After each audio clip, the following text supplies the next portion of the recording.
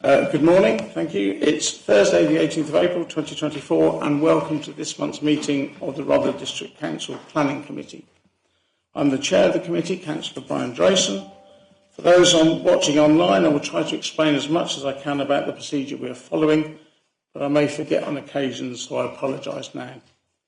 For those in the chamber this morning, there are no fire alarm tests due for today. In the event of an alarm, all persons in the chamber are asked to leave by the nearest fire exit and reassemble outside in the front car park. We're joined in the chamber this morning by Kemi Erifiviemi, our Development Officer, Kirsty Cameron, our Legal Advisor, Matthew Worsley, Development Manager and Team Leader, and Edwin Cook, Planning Officer. And last but by no means least, we have two officers from Democratic Services, Lisa Cooper, who is covering for Julie Hollands, the Committee Secretary, and Eleanor Drew in the back there, who's looking after our webcast. Join us online. I see we have Councillor Osborne, who's not a member of the committee. Good morning. Right. Sorry? Oh, right. Too quick, Councillor Osborne. Right.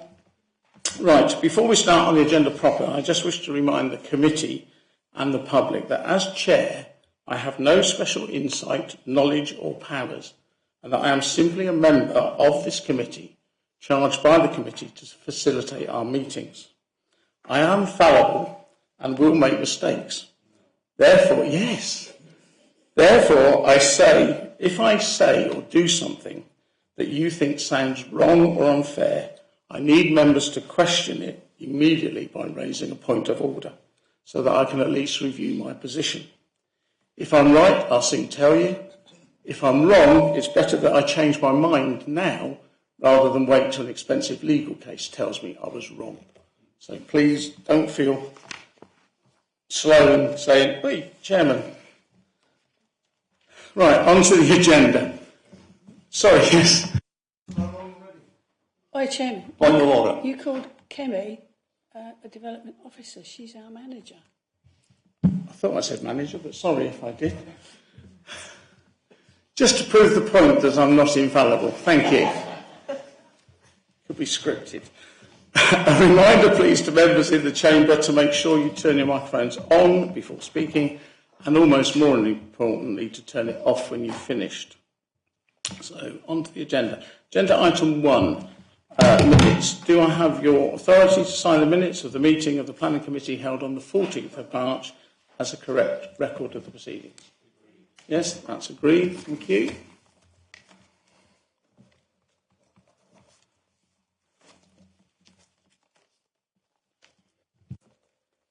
Thank you. Agenda item 2, apologies for absence and substitutes. Lisa, do we have any apologies, please? Yes, Chairman. We've had apologies from Councillors Bayliss, Byrne, Mrs Cook, Groner and Colleen, and substitutes present are Councillor Coleman for Bayliss, Councillor Field for Colleen and Councillor John Barnes for Groner. Thank you. Agenda item 3, there are no additional agenda items. Item 4, none of the items listed on the agenda today have been withdrawn. So on to 5, disclosures of interests and dispensations. To receive any disclosures by members of disclosable pecuniary interests and other registrable or non-registrable interests in matters on the agenda. The nature of any such interest and details of any dispensations attained. Also, if any member considers themselves predetermined after the site visits, they should declare it today and leave the chamber at the appropriate time. I will start the ball rolling by declaring an interest in agenda item 7. I am the ward member for Bexhill-Cewhurst and called this item in, so I will be standing down as chair for that matter and leaving the room. Any other members, please? Councillor Cooper. Just to declare that I'm also a Westfield Parish Councillor. Thank you. Thank you. That's in relation to agenda item 8, isn't it? Thank you.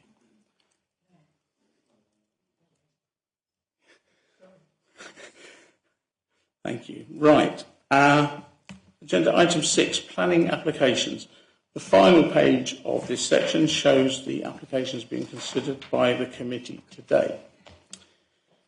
It should be noted that the Planning Committee is not a public meeting, but a meeting to which the public are able to attend.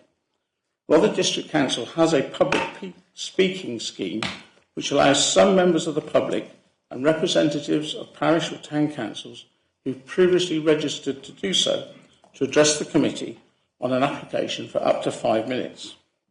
2 of today's applications are subject to this scheme. After the speakers have finished, the members of the committee will be able to ask questions of them to clarify anything they have said before moving on to debate the application. Full details of the public speaking scheme are available on the Rother District Council website.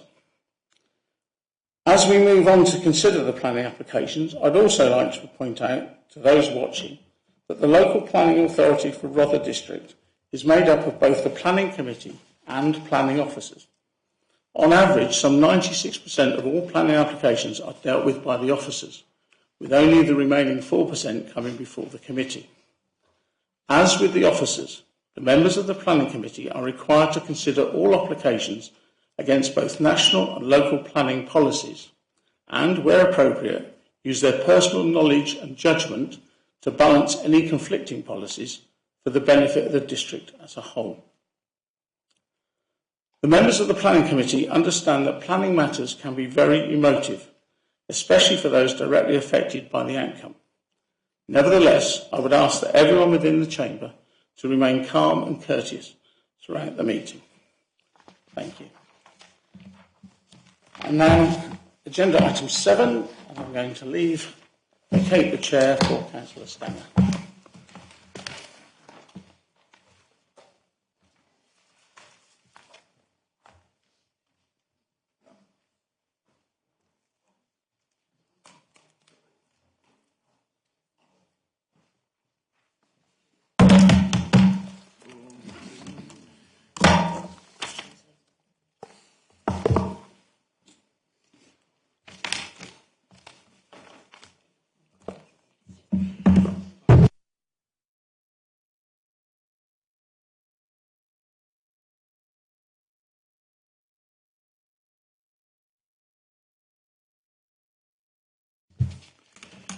Moving on to item 7 of today's agenda, which is RR 2023 627P 16 Highton Close, Bexhill, erection of a new 2-storey chalet bungalow with access onto Coddington Lane West and erection of extension to the existing dwelling. We have speakers.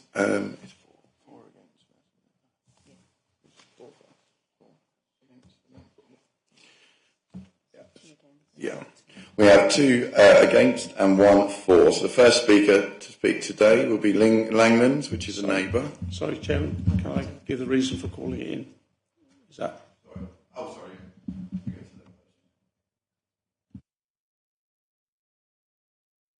We'll go to the ward member, Councillor Drayson, to give the reason for calling. Thank you. It is for the call in, but I am the ward member as well. I'd like to explain my reasonings behind this application being called in. Since first being elected in May 2019, it's been drilled into me that there is no such thing as precedence in planning. If, for example, somebody living in a terraced house obtains permission to build a half-scale replica of Stonehenge in their back garden, it would not give their next-door neighbours automatic permission to build a half-size replica of the Avebury Stone Circle. But whilst there is no precedence in planning, there is consistency. If a decision is taken that changes the nature and character of a location, then any further applications are made against that new character. In my clumsy example, because of the previous decision made in relation to Stonehenge, the half-scale model of Avebury would no longer be out of keeping with the character of the area and would more likely succeed. In this case, we have a proposed building in the back garden of a house in one road, Highton Close, but with the entrance and exit in another road, Coddington Lane West. Whilst the house does not appear to be out of context in Highton Close, the proposed driveway is, in my opinion, totally out of character with Collington Lane West. That section of Collington Lane West, even though it's in the middle of Bexhill, has the feel of a country lane about it, with very few access points on it. Indeed, the East Sussex County Council website, in relation to verge cutting, shows that section of the road as rural, while the rest of Collington Lane West is shown as urban. One looks back to 1994, when permission was given to build 3 houses on the opposite side of the road. Condition 2 of that permission was that no vehicle or pedestrian access should be permitted directly onto Collington Lane West. The reason given then was, in the interest of pedestrian and highway safety, and to preserve the semi-rural character of Collington Lane West. With traffic generally only having increased over the last 30 years, those safety concerns must surely still apply. And having preserved the semi-rural character of the lane for those same 30 years, what has changed now to make it acceptable? If this application is approved, then this planning authority will have irrevocably changed the character of this section of Collington Lane West. And whilst not establishing any precedent, it will have set the new norm. I believe that a decision which will permanently change the nature of location should be discussed and decided upon by the committee rather than left to an individual officer. If I can just say, my fellow ward member is unable to attend today because of work commitments, but I would just like to inform the committee that he did hold a meeting with residents, 53 of which attended.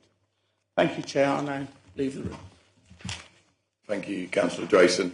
Sorry about the rusty start. So now we're going to hear from the officer, Matthew Worsley, and then we'll move on to the speakers. Thank you.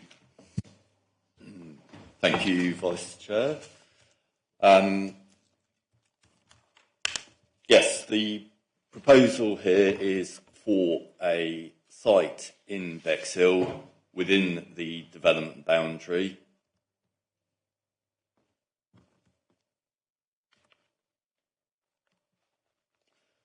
There's 2 elements to the proposal, or 2 main elements.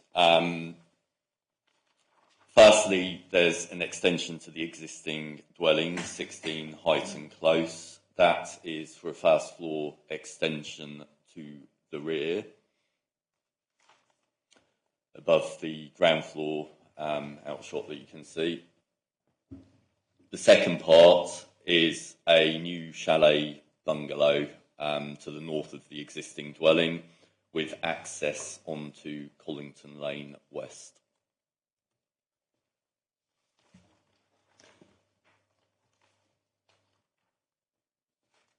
The slide before you shows the aerial photography for the surrounding areas. You've got neighbouring residential properties either side, as well as a pair of cottages on the opposite sides of the road.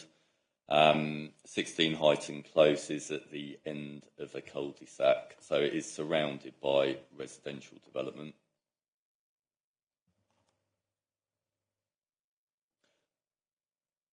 The plan before you shows the existing house, the floor plan. Top 2 layout is the existing. The two floor plans at the bottom are the proposed. Bottom right shows that a bedroom with ensuite would be provided. There's no window in the proposed rear elevation. The windows would be on the side elevation. Materials would match.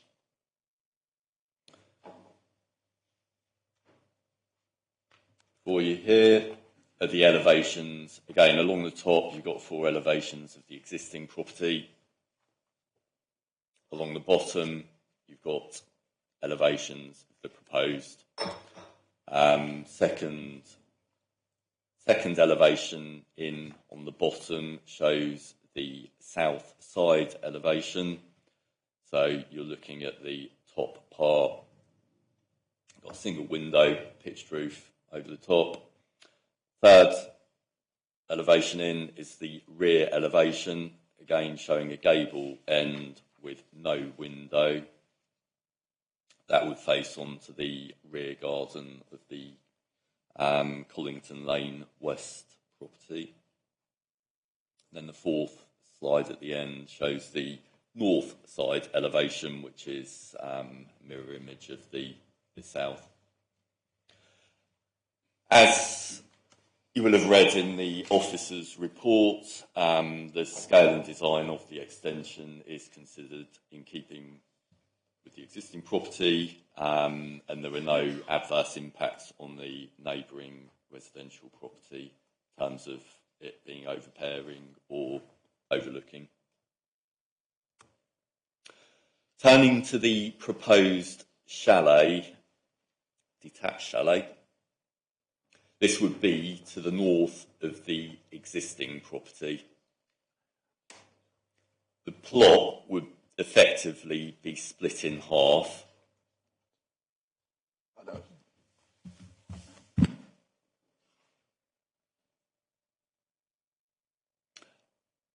You can see that a hedge is indicated on the block plan, partway down. The chalet property would be 4-bedroomed house, family house. We have policies that support the provision of additional family homes within Bexhill. Again, within the development boundary of Bexhill, the principle of additional houses is supported, subject to other policy considerations. There are a few key issues which are highlighted in the officer's report, in which Councillor Jason alluded to, one being the character and appearance of the local area. Another is residential amenity, and also highway safety. In terms of character and appearance, members visited the site on Tuesday, so will have made observations about the character of the lane. There are a number of residential properties along this stretch of the road, indeed surrounding this plot. They do have there is a mixed building line. Some properties are very close to the road, others are set further back. So there's no set building line, and hence here you've got this situation where the proposed dwelling would be in line with the neighbouring property to the east, but significantly forward of that to the west. During the course of the application, there were some concerns over the originally proposed dwelling in terms of the size of dormers proposed and also dormers on the rear elevation. And the officer did secure amendments reducing the size of the dormers on the front and removing them completely from the rear roof slope, replacing those with roof lights. This plan before you shows the revised plan. So bottom left, you've got the front elevation. So chalet style property with a central gable porch feature. And then in the roof slope, you've got 2 pitched roofed dormers set within the roof either side. Side elevation shows gabled features, and the rear is more of a bungalow appearance with the roof lights.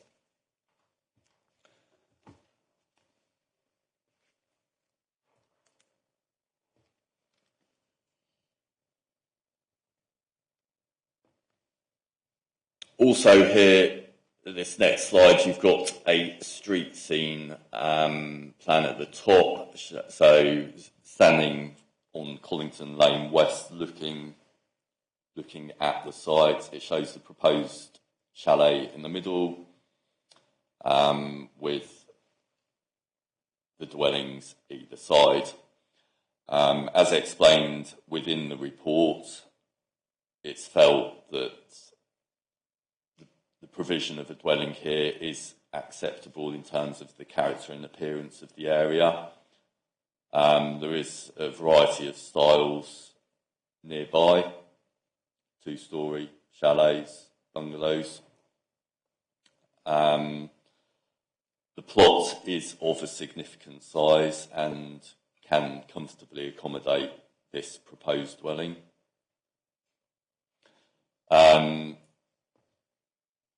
The semi-rural character of the lane, as members will have observed, there is a change as you drive along the lane or indeed walk. And around the application site, there are a number of other properties with driveways. It's when you proceed further west that it becomes more semi-rural in character with less driveways there. And this is where the development of 3 houses referred to by Councillor Drayson, which was approved in the 90s, that's where that is positioned and only has a single access, not individual accesses.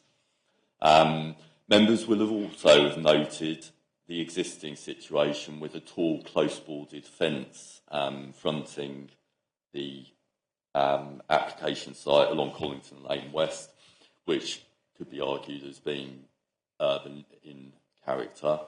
Again, arguably, removal of this and providing a more open frontage with chalet behind would be perhaps more in keeping with the local area. So in summary, character and appearance of the area, it's officer opinion that this would not detract from the character and appearance of the area. In terms of residential amenity of neighbouring properties, you've got residential properties either side. We return to the slide. Previous slide. You will see both side elevations include no windows, so there'll be no direct overlooking of either property to the side. The relationship between the proposed chalet and 16 Highton Close, you've got the rear elevation, so this third elevation here with the roof windows, which would face towards the side elevation of Highton Close, and a separation of around 18 metres would remain. Ordinarily, we like where there's like front-facing rear or front-facing front, we like around 20 metres separation, but this is rear to side, and that relationship is, and distance separation is considered sufficient. On the opposite side of Collington Lane West, you've got a pair of 2-storey cottages, which are positioned quite close to the lane frontage. The distance between the front elevation of the chalet and the cottages would be between 16 and 20 metres. So the 16 metres would be... Sorry?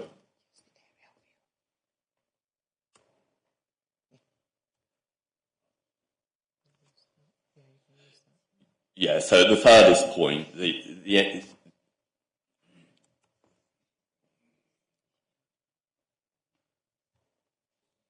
sorry, bear with me a minute. I'm just trying to find the correct slide. Oh, I don't know how to get back. Anyway, at the western end of the cottages opposite, that will be closest to the proposed chalet. That separation there is 16 metres. At the eastern end of the cottage, that's 20 metres. The front elevations will be facing each other, and as I said about the relationship between the rear elevation and 16 Highton Close, around 20 metres is considered usually acceptable. In this case, we've got a road in between, and in terms of it appearing, the chalet appearing overbearing or direct levels of overlooking, it's officers' opinion that relationship is acceptable.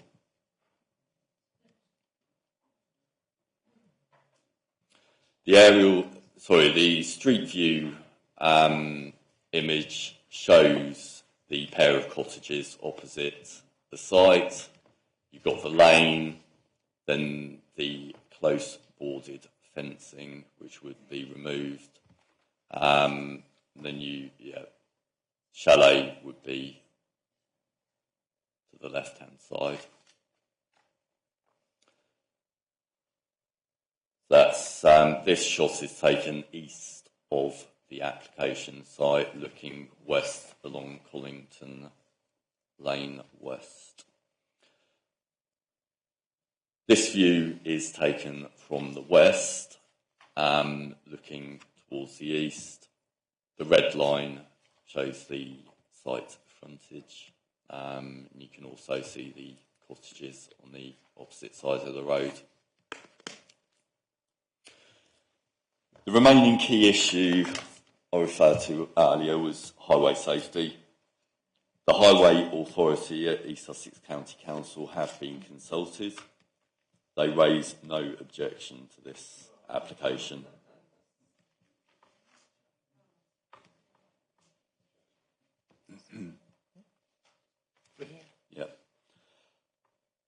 Visibility displays of 2.4 by 43 metres can be provided in both directions.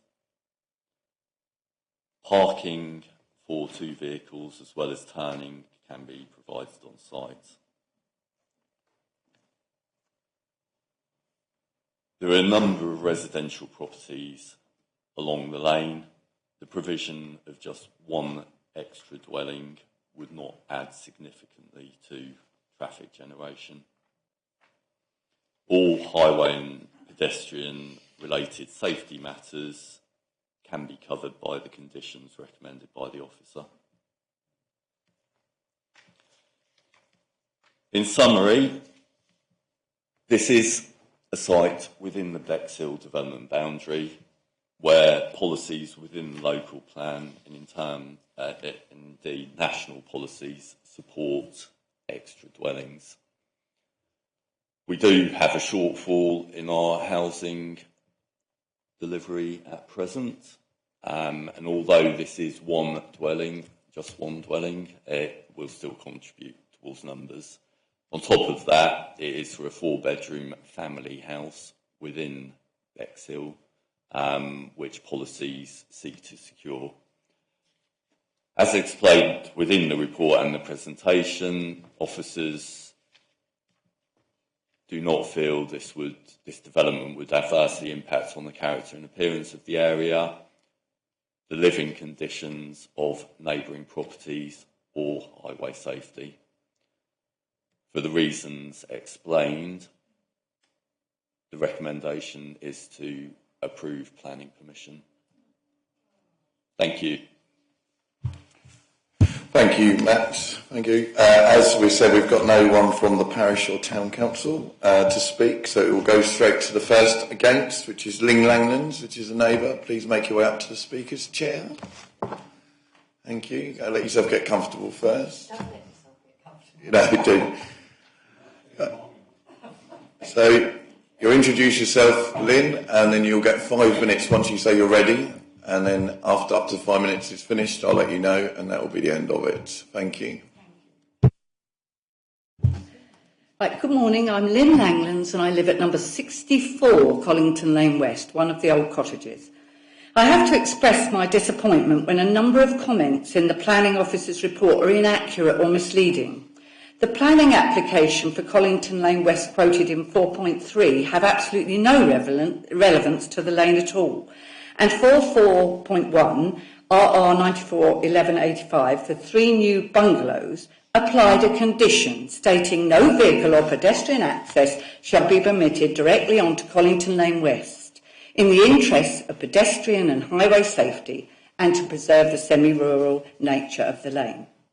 This was 20 years ago, so what's changed other than an increase in cars and a greater risk to pedestrian safety? Up until now, planning officers at Rother have made the character of Collington Lane West a priority when considering how new development will impact on the lane. And I believe East Sussex County Council have also designated it as a country's forward-stroke rural lane. The lane is over 200 years old and has retained much of its original character.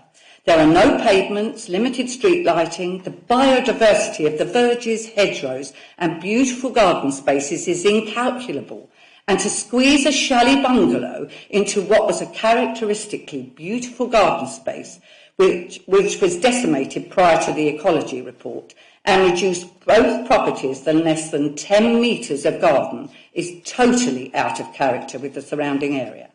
If Rother's new local plan is going to be green to the core, then these very old semi-rural environments in an ever-increasing built-out urban environment should be seen as the urban AONB and safeguarded by the planning laws that enable that to happen.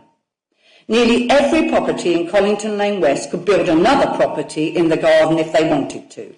But this valued area of a semi-rural nature and extensive levels of biodiversity would be destroyed and change the entire character of the area forever.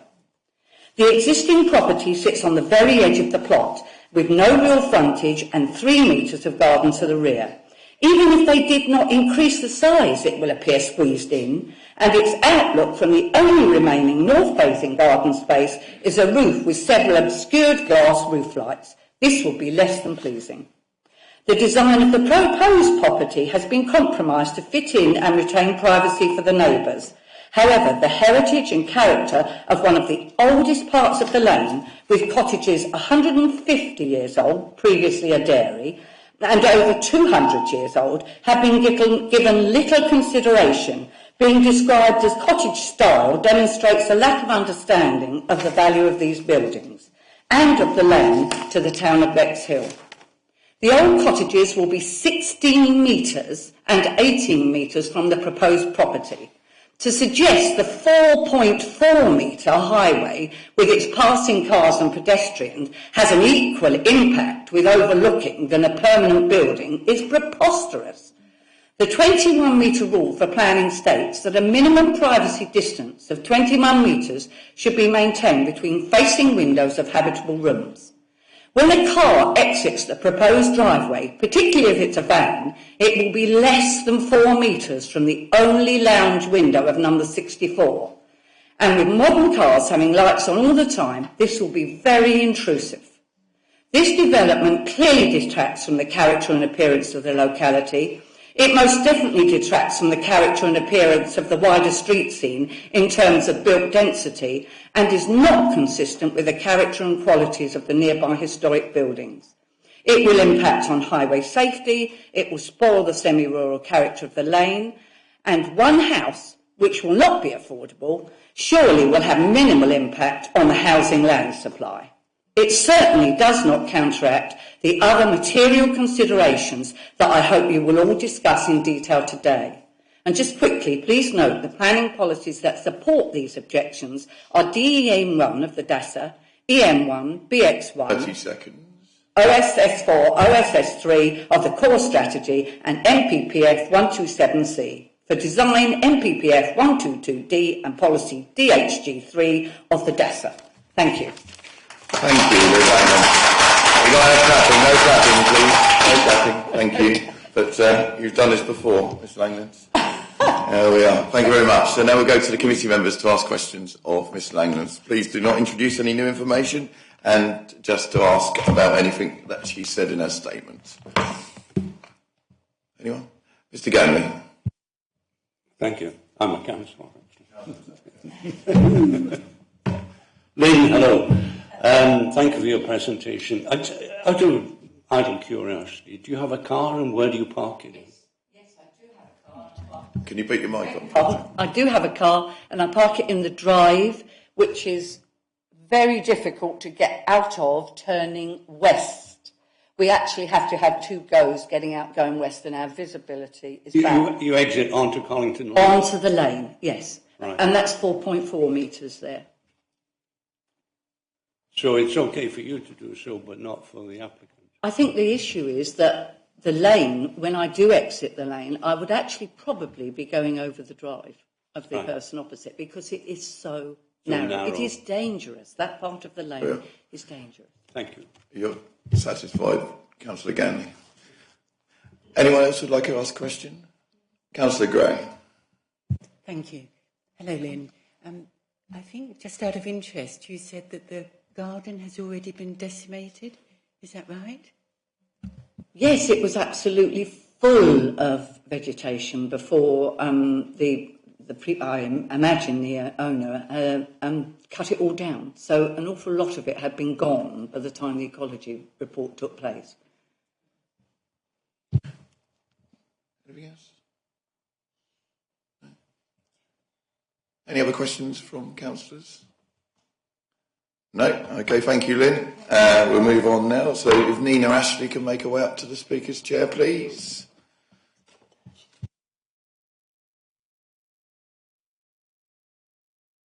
Hello, Nina. Just to remind you, you've got 5 minutes. You can introduce yourself quickly. If you press that button in front of you, that'll turn the red light on.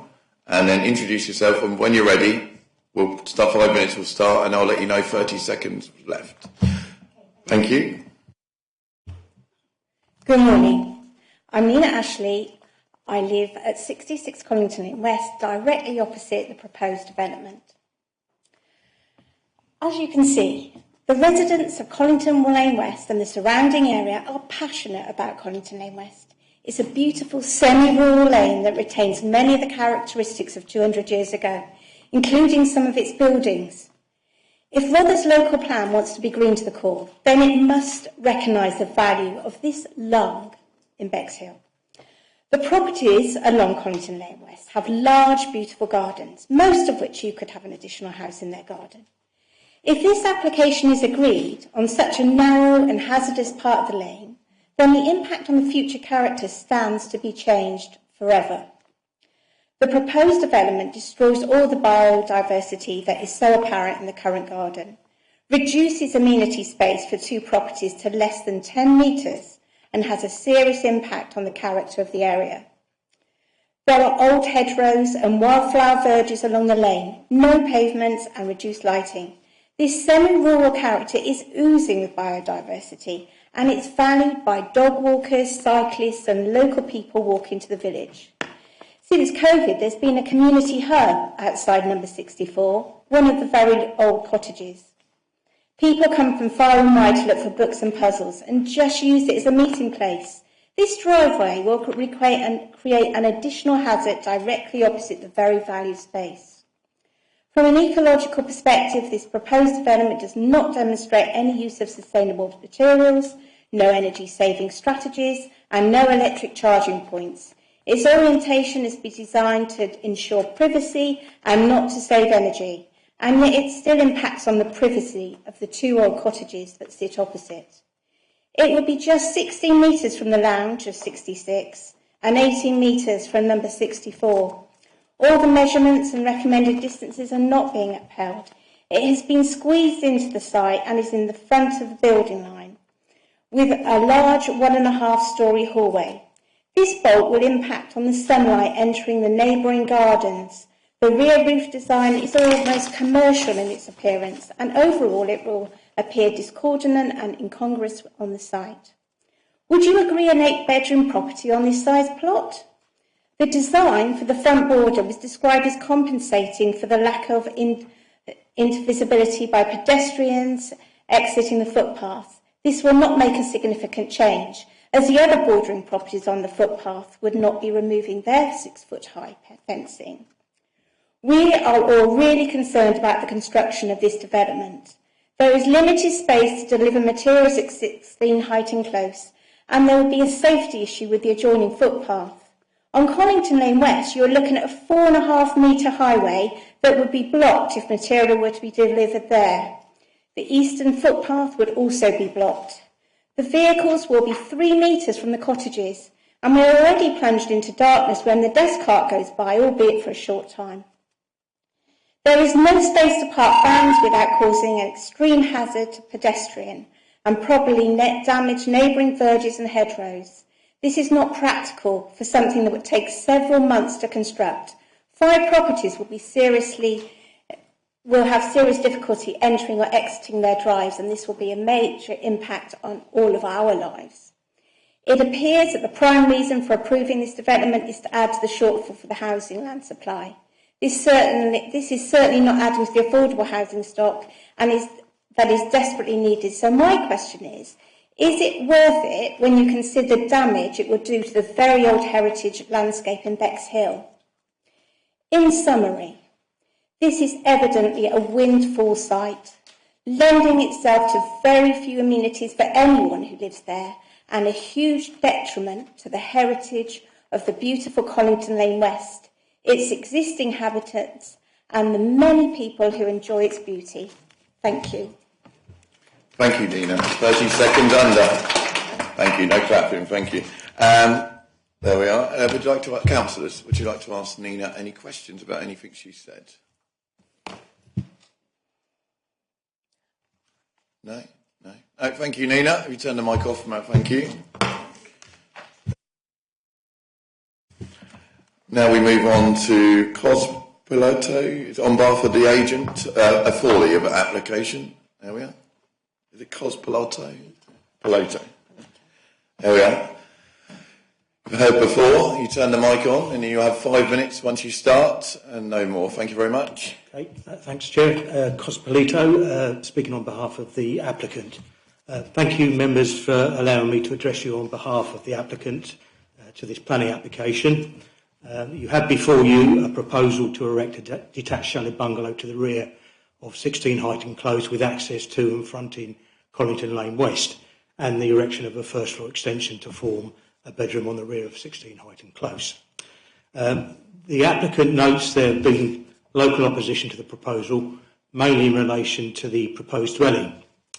The design of the proposed dwelling will, however, fit in with the grain of development along Collington Lane West, where it will be red.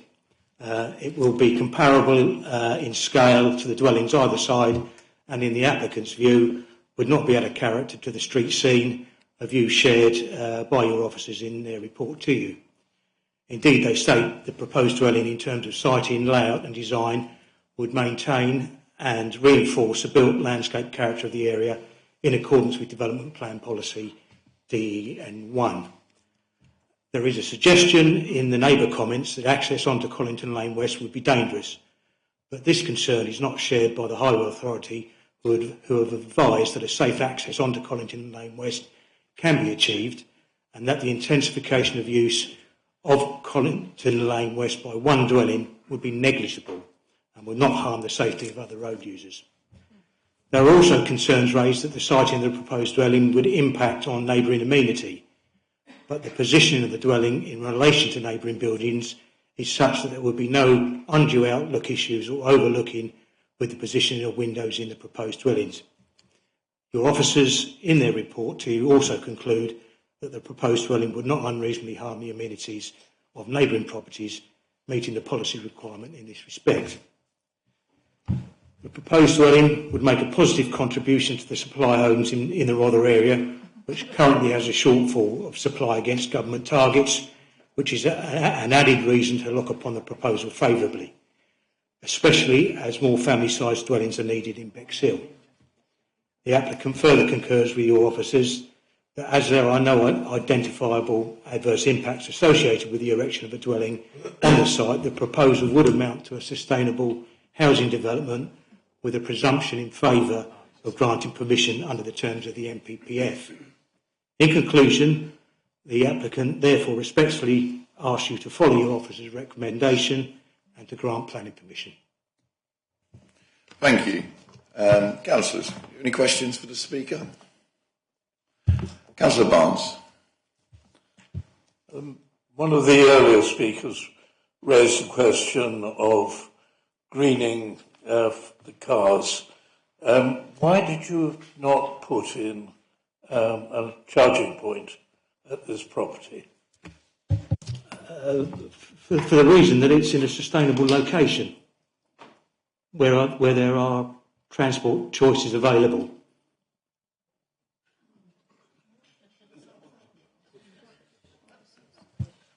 It's not a policy requirement. Just more of a question for officers, I'm being told. So, yeah. Any more questions for the Speaker? And please, just in the public gallery, please keep quiet while we're talking. Thank you. Councillor Chowdhury. Thank you, Chair. Four-bedroom house is quite big house, so family house. There is lack of street parking. So how many parking space do you think their driveway? The proposal proposes 2 parking spaces Yes, sir. for the Sorry, property. this has just been told. That's for the officers, Councillor Chandri. Thank you. It's just to do with the gentleman's comments and views from the statement. Any more on this one? No, we'll move on. Thank you very much. And now we'll move to Matthew. Questions to the officers, Matthew Worsley and, well, Kemi and anyone, councillors. Councillor Gray. Thank you. Is it possible to look at this application in 2 parts? To look at the approval for the extension and then approval for the bungalow? Because it's lumped together in the report.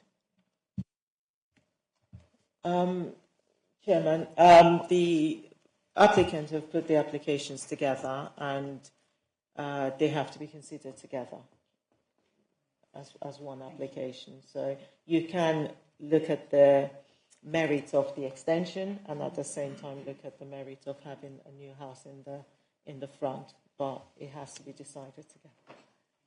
Thank you, Chairman. Any further questions? Councillor Field. So to be clear, these are 2 separate things being lumped together, but we can't vote on the merits of each individual. Is that what you're saying? I think Kevin just said that the applicants chose to put them together, so then that's where the decision will come as a joint decision. That's strange. If one fails, both fail, but you can still, in your debate, say which element you think is unacceptable, and we will take it from there.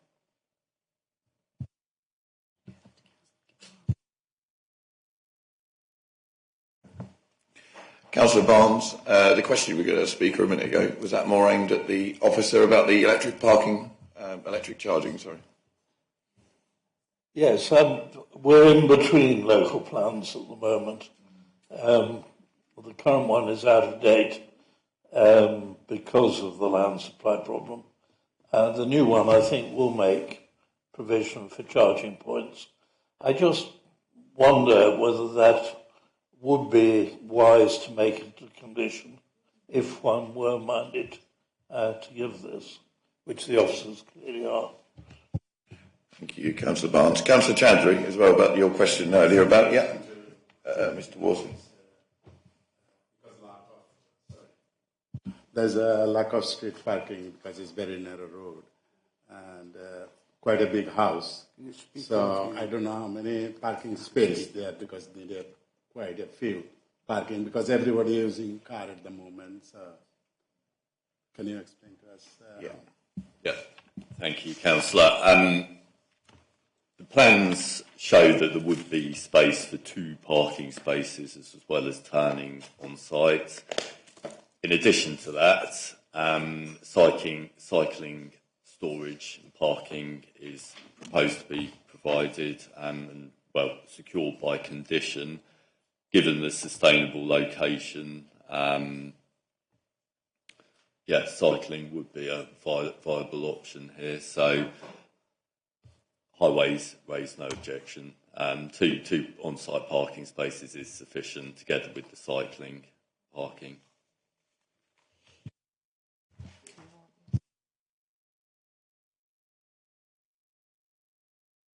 Kemi's just going to elaborate on something. Thank you, Chairman. I think it's in response to Councillor Barnes' questions in terms of the electric charging point. Yes, you are right, it's not policy at the moment, but if there is a requirement for it, we can ask by condition for one to be installed. And most houses now tend to have one anyway, so it can be asked, it can be added as a condition. Councillor Field. Yes, thank you. I would observe that availability of public transport or not does not negate the need for an electric vehicle charging point because residents will still want a car, probably, and we should be able to facilitate them in the choice of how that car is fuelled. But I wanted actually to talk about drainage because condition number 8 talks about drainage and flooding and plans to mitigate that. What I didn't see a reference to, and I might not have read it carefully enough, was the surface materials on things like driveways and patios and shed bases, because I do know, and I've got also experience of this in my own county division, that such hard landscaping does cause flooding to the neighbouring areas. So whatever your plans are for draining floodwater away, my contention is we should condition it so it doesn't happen in the first place. Thank you, Councillor.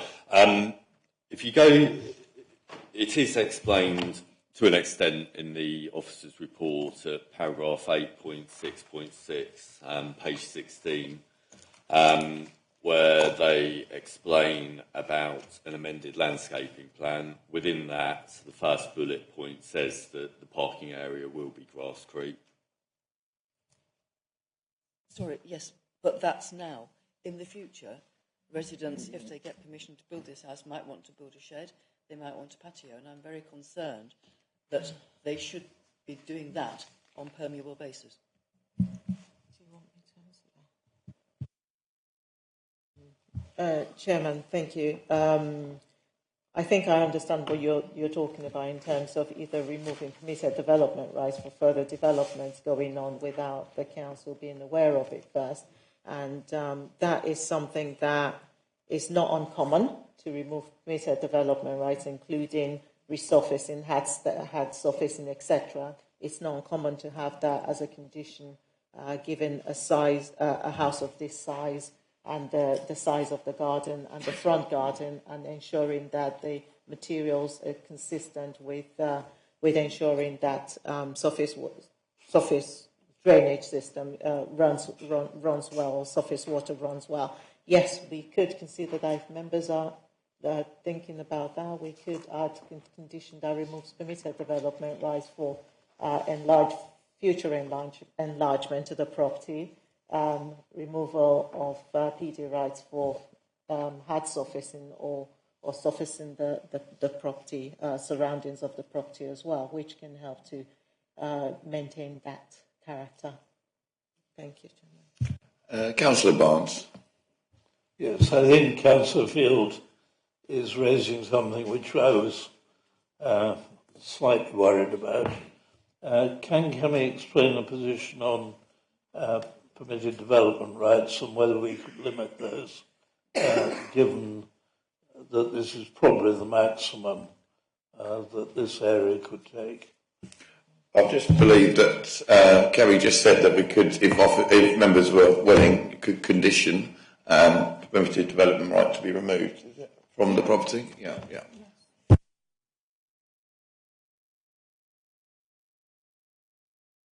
Any more questions for officers? Councillor Gordon. Thank you, Vice Chair. I see East Sussex County Council Highways have concerned about the driveway. I take it that will obviously be taken on by officers, that the driveway is developed before the property is built.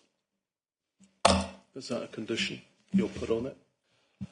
There are a number of conditions recommended by the officer relating to highway safety, specifically what the access is provided before. Yeah, East Sussex have suggested.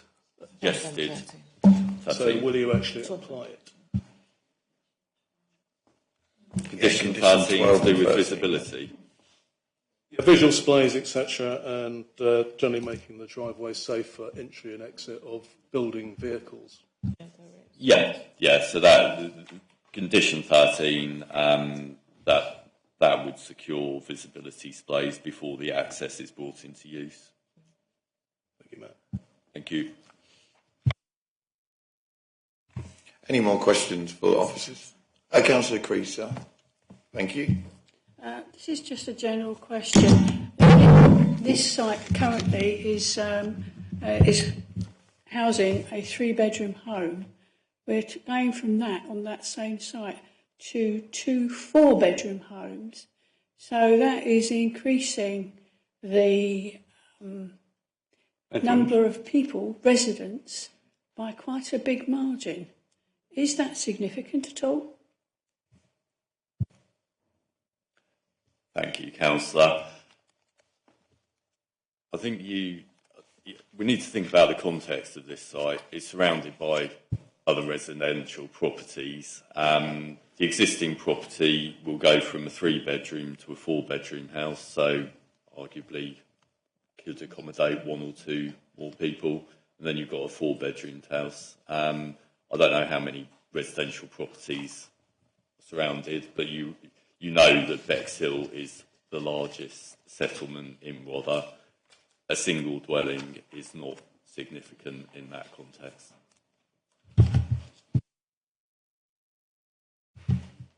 Yeah, I understand that. I was just sort of thinking about the impact on that particular part of Rother, not the overall picture. Thank you. Thank you, Councillor. Any further questions? No, open up the debate and begin. Who would like to talk first? Councillor Barnes. I'll start the ball rolling by saying that as far as the extensions is concerned, none of the questions, none of the comments really address that. And I have to say, I think, although I can't say the architecture is brilliant, it actually probably improves the property. And I certainly have no problems with that. The problem, in a way, is they're caused by that property. Because, in effect, you have a garden which would normally have had a property in the middle of it, if you look at the character of the area. It's right at the rear, which does obviously permit the development of a property in that garden, although it will make one of the gardens a bit confined in distance, though not necessarily in area. But that throws the building on the other part of the site forward. I don't think that actually impacts the properties on either side very much, but it does have an adverse impact on the 2 properties opposite, where really the distances are beginning to get very small indeed. So I'm very hesitant about this one. The problem we're in, and we all know it, is because of a rather arbitrary target for housing. We actually not only have the usual presumption in favour of development, but actually that's further strengthened by the shortage of land supply. I don't think we would win this one on appeal, being quite candid. I'm extremely sorry for the 2 houses opposite. I think they will be adversely affected. I don't, I'm afraid, think the traffic considerations, I think for once, although I don't think County Council ever do their homework properly, I have to say for once, I think they're right. I don't think this dwelling will have a significant impact on either safety or indeed traffic. And in many ways, if the property at the rear didn't exist, I don't think we'd have any problem with an additional house here. It's the fact that you've already got a property on the site, which forces you to put the new property rather further forward than you would otherwise do. But whether that's a sufficient ground to overrule officers, I somewhat doubt. I'll listen to the debate. I'm very evenly poised at the moment, but I'm inclined to take quite seriously the presumption in favour of development. Thank you, Councillor Barnes. Councillor Gordon. Thank you, Vice Chair. Yes, I have every sympathy for 66 and 64 because I think that development is very close to them. But again, looking at the appeal, I think we'd probably lose the appeal if we granted against it. So I'm very concerned actually about the future of Bexhill if people can just build in garden spaces because it will ruin the character of this fine town of Bexhill. So I'm in a dilemma at the moment.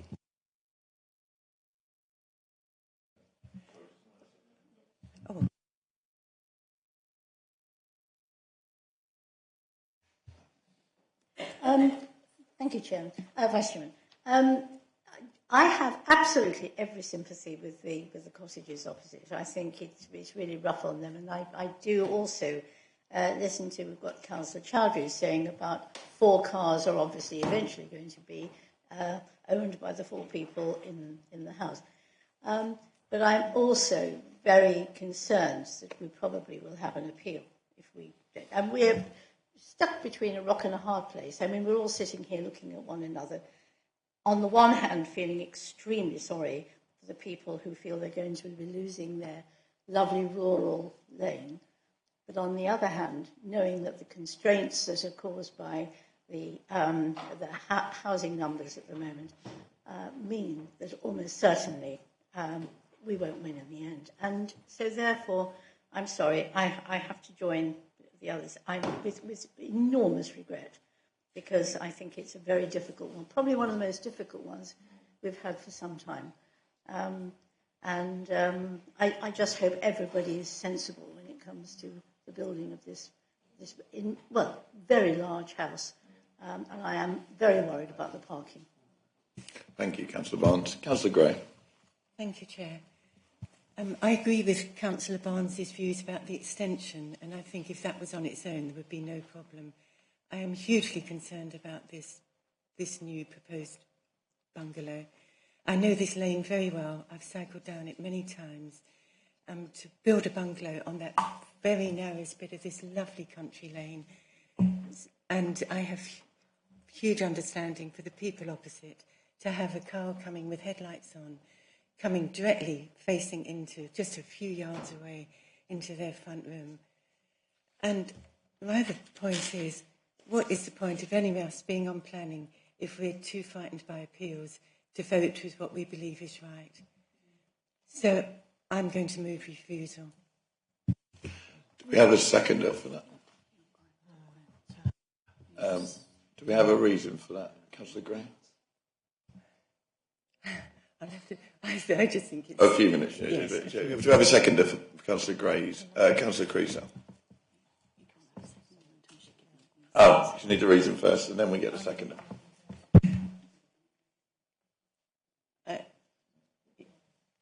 I understand you need legal reasons. So So obviously, you need planning reasons. Sorry, you need on what grounds would you be proposing? So maybe if you wanted to have a think, and we could go back to somebody else on the debate and come back. We'll carry on the debate and at the moment that stands. Get the reasons and link that with planning policy.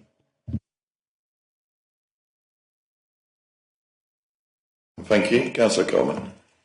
Yeah, thank you, Chair. I think I fall in a similar position to both Councillor Barnes and Councillor Barnes here. Great sympathy for the residents, but I think our job is to measure this against current planning policy, and particularly 11D and the housing land supply is something that we all know is very sort of heavy on us as a planning committee, and the need for houses of any kind. So I think the key here though is that we can make sure we mitigate any sort of harm through those conditions. And I know there are already 4 pages of conditions, but I think the conditions mentioned earlier are quite sensible, about having an EV charging point, about removing the permitted development rights. I think those 2 plus any other conditions that the members can sort of come up with to try and mitigate, the impression we have here that this is not a perfect development, if you like. I think that's possibly the way we have to go, rather than refuse this and end up with costly appeal costs. At which point the development can go ahead anyway, and we've sort of lost our power as a committee to influence this. So I think conditions is possibly the way to go, rather than refusing it, unless there are valid planning grounds to refuse it. And I look forward to hearing sort of what Councillor Gray and others can come up with on that. But I've looked through this and I can't find the planning grounds to outweigh the officer's decision. Thank you, Councillor Coleman. Did you want a few minutes to? Would you like to adjourn or something for a few minutes to try and get together? I mean, my main reason is the impact on the residents, and the neighbours opposite, and the whole character of this lane. Development. Yes, I would say overdevelopment. Thank you. And do you have a second? So Councillor Crease is seconded for overdevelopment, yeah?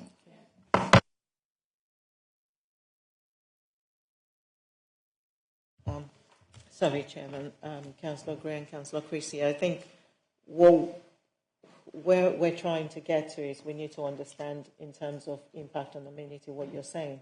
Because if you look at the plans that we've shown you in terms of the aerial view, the house itself is set back. It's a bungalow-style house, so it's got just two dormers to the front. So in terms of impact, what do you mean by that?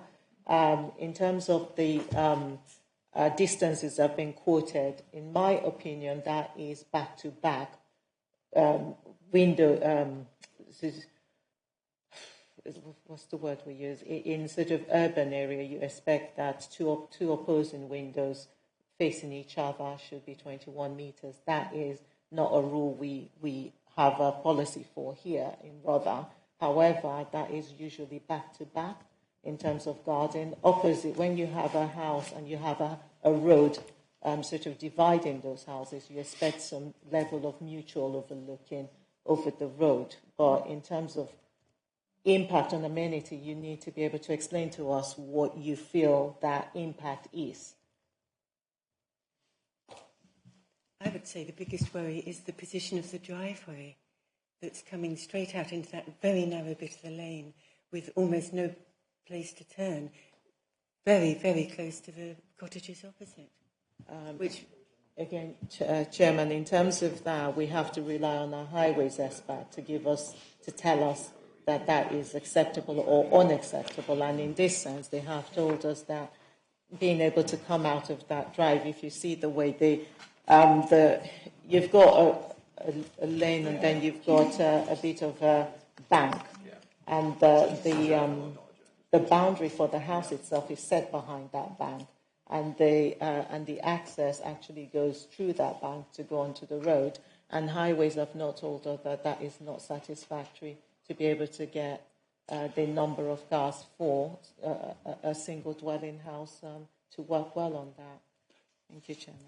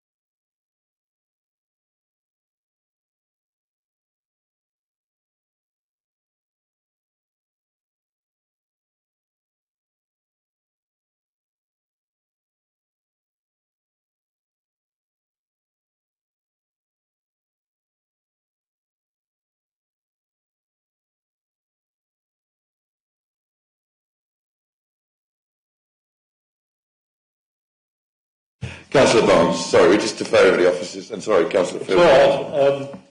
Although I don't think I can vote for this motion, can I make a constructive suggestion that if you are going to press the motion, it would have to be on grounds of overdevelopment, and that the density of houses on this site would be out of keeping with the density of houses in the lane. You may be able to find other grounds, but that at least would be an arguable ground. At the moment, I don't think it's strong enough to prevail, but... just as a general speaking to officers, the general thing is if highways have not rejected or have not opposed the access or the road, and then it's, like the officer says, very hard to fight that at appeal, because if they haven't objected, they will say they're the statutory body and they know that what's going on. That we might differ at times, but... Precisely, Chairman. Sympathetic as I am, I have to say there will be places where the distance between houses is smaller than that.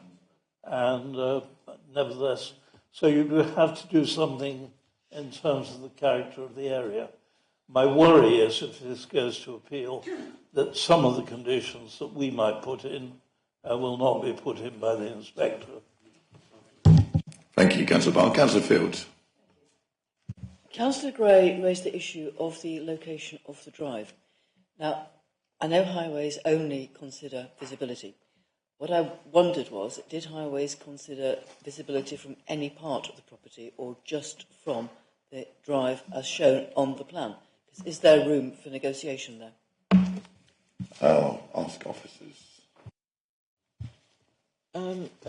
Thank you, Chairman. I'm just trying to get my head around the question itself.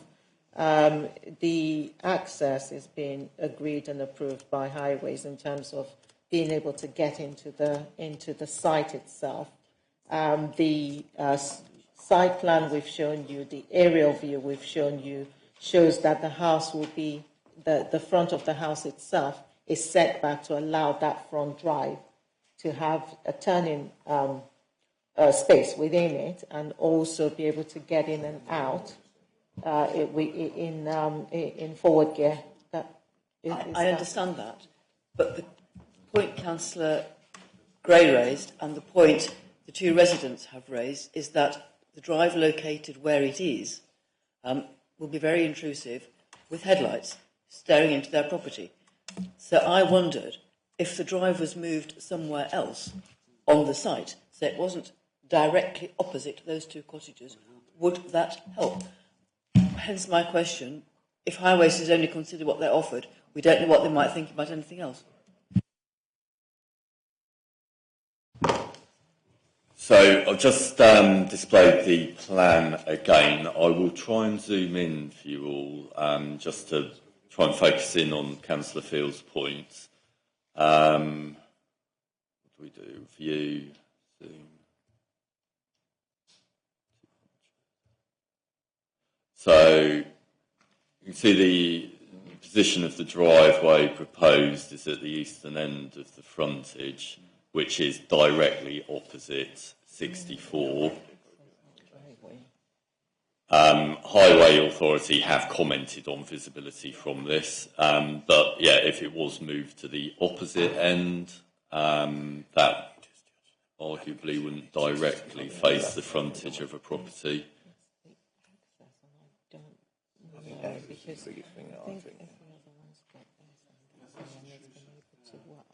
And the road is wide.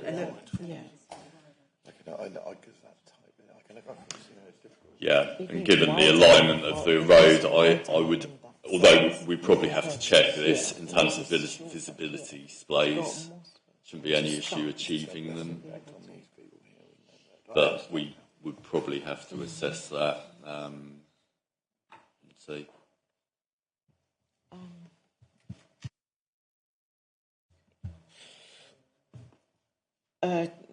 Thank you, Chairman. I mean, having a look at this, I think if this is a concern for members, then if you want to defer it back to us to go back and negotiate with the applicant to see if they can come up with an alternative access that will be acceptable to highways. But members should be prepared that if that is not achievable, then we will have to bring this back in its current state. And that members will have to make a decision on this. Thank you, Chairman. Thank you, Cami. Councillor Gordon. Yes, I think certainly if the driveway was moved to the west, it's not quite so intrusive as the cars pull out onto the road. So I would move to defer it, possibly. Is that? Do we have a seconder for that? Oh, so you withdraw the previous motion. What do we?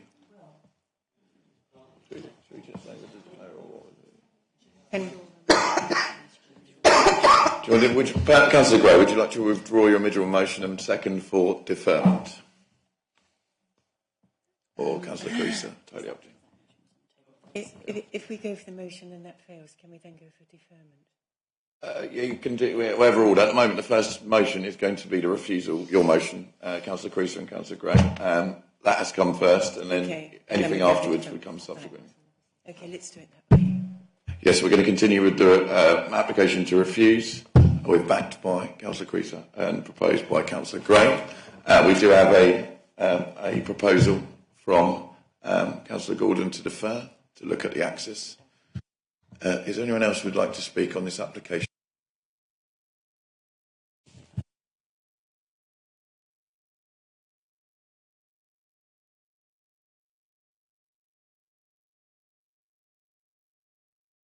Councillor Creasy, sorry, I was just talking to Kelly.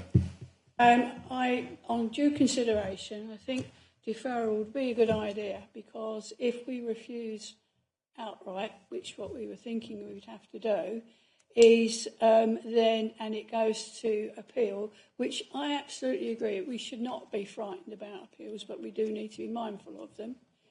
But I think we need to be, well, it is the law, you're quite right. And I think we need to also be aware that we are dealing not only with planning law, which is what we're guided by and what we have to adhere to, but also dealing with people. So we need to make sure that within the rules we do the very best we can. This is not ideal, not by any shade, but if we can, I mean, in my heart I would want to turn around and say no, but I think I need to be a little bit sensible here, and if we can defer and then get a better deal rather than no deal, and then these people being absolutely... I don't know what to say about that, but yes. Sorry, are you withdrawing? You're withdrawing second? Yes, thank you. Yeah, you are. And I agree, and it gives every opportunity to the application to relook at any possible before we make a final decision, yeah? Councillor Gray, so would you like to... So you haven't got a second for your motion now. Do we have enough? I will then support deferral. Yeah, so we have a deferral, withdraw, Polly Gray and Councillor Creasy have withdrawn the refusal, and now we're moving... Can you say on your mic to say you withdraw your motion? Withdraw my motion and support to refuse. deferral to refuse. And now we have the motion from Councillor Gordon to defer, seconded by Councillor Gray. Do we feel we're in a position to move to a vote? I think it will be useful to define a little what we're deferring for. And it's to explore the relocation of the drive and to minimise the impact on drainage of the hard surface. It's about whether there's any fine-tuning we can do on the location of the house. I think there are a number of things, and the electric charging point, but none of that in itself, I think, is sufficient to go for refusal. I think we need to explore those points. So.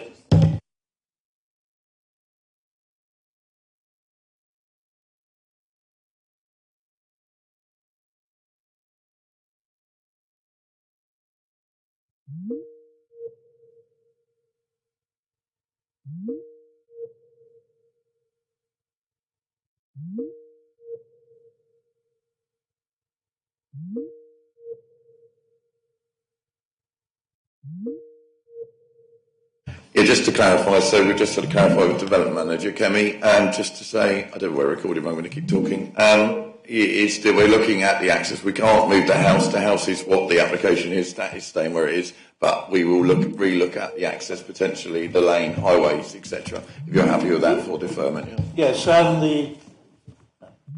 Sorry, we've got a problem with the online stream. Minimising the impact of the hard surface and PDRs. All of those seem to me worth exploring with the applicant to minimise the damage which might otherwise be caused. Yeah, we will discuss the potential of the additional conditions with the applicant. Hopefully they would agree to that. Thank you, Chairman. Just going to check we're online because we have a problem with the network, so bear with us a minute and then we will return.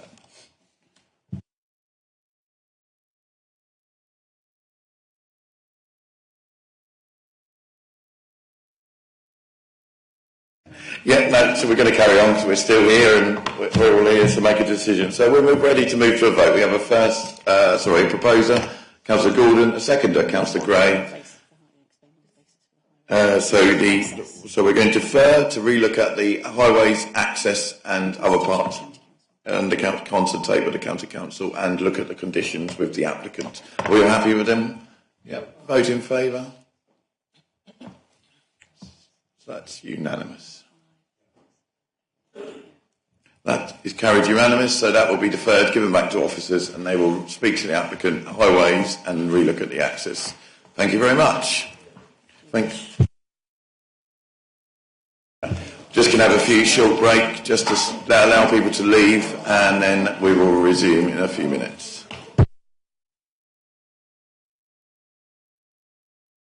Carry on with the agenda. There's been a slight delay because we had IT problems in the chamber, which hopefully will hold out. If we do lose Wi-Fi connection for people who are listening live, I'm told it won't affect the recording, so you will be able to watch it afterwards, but you might not be able to watch it live. So this is agenda item 8, application RR 2021 3010P. Moorhurst, Main Road, Westfield, TN35 4SL. Excuse me. Construction of a 64-bed care home, use class 2, over 2 stories, to include landscaping, access and car parking. The officer presenting this application is Matthew Worsley. Over to you, please, Matt. Oh, sorry. Edwin Cork.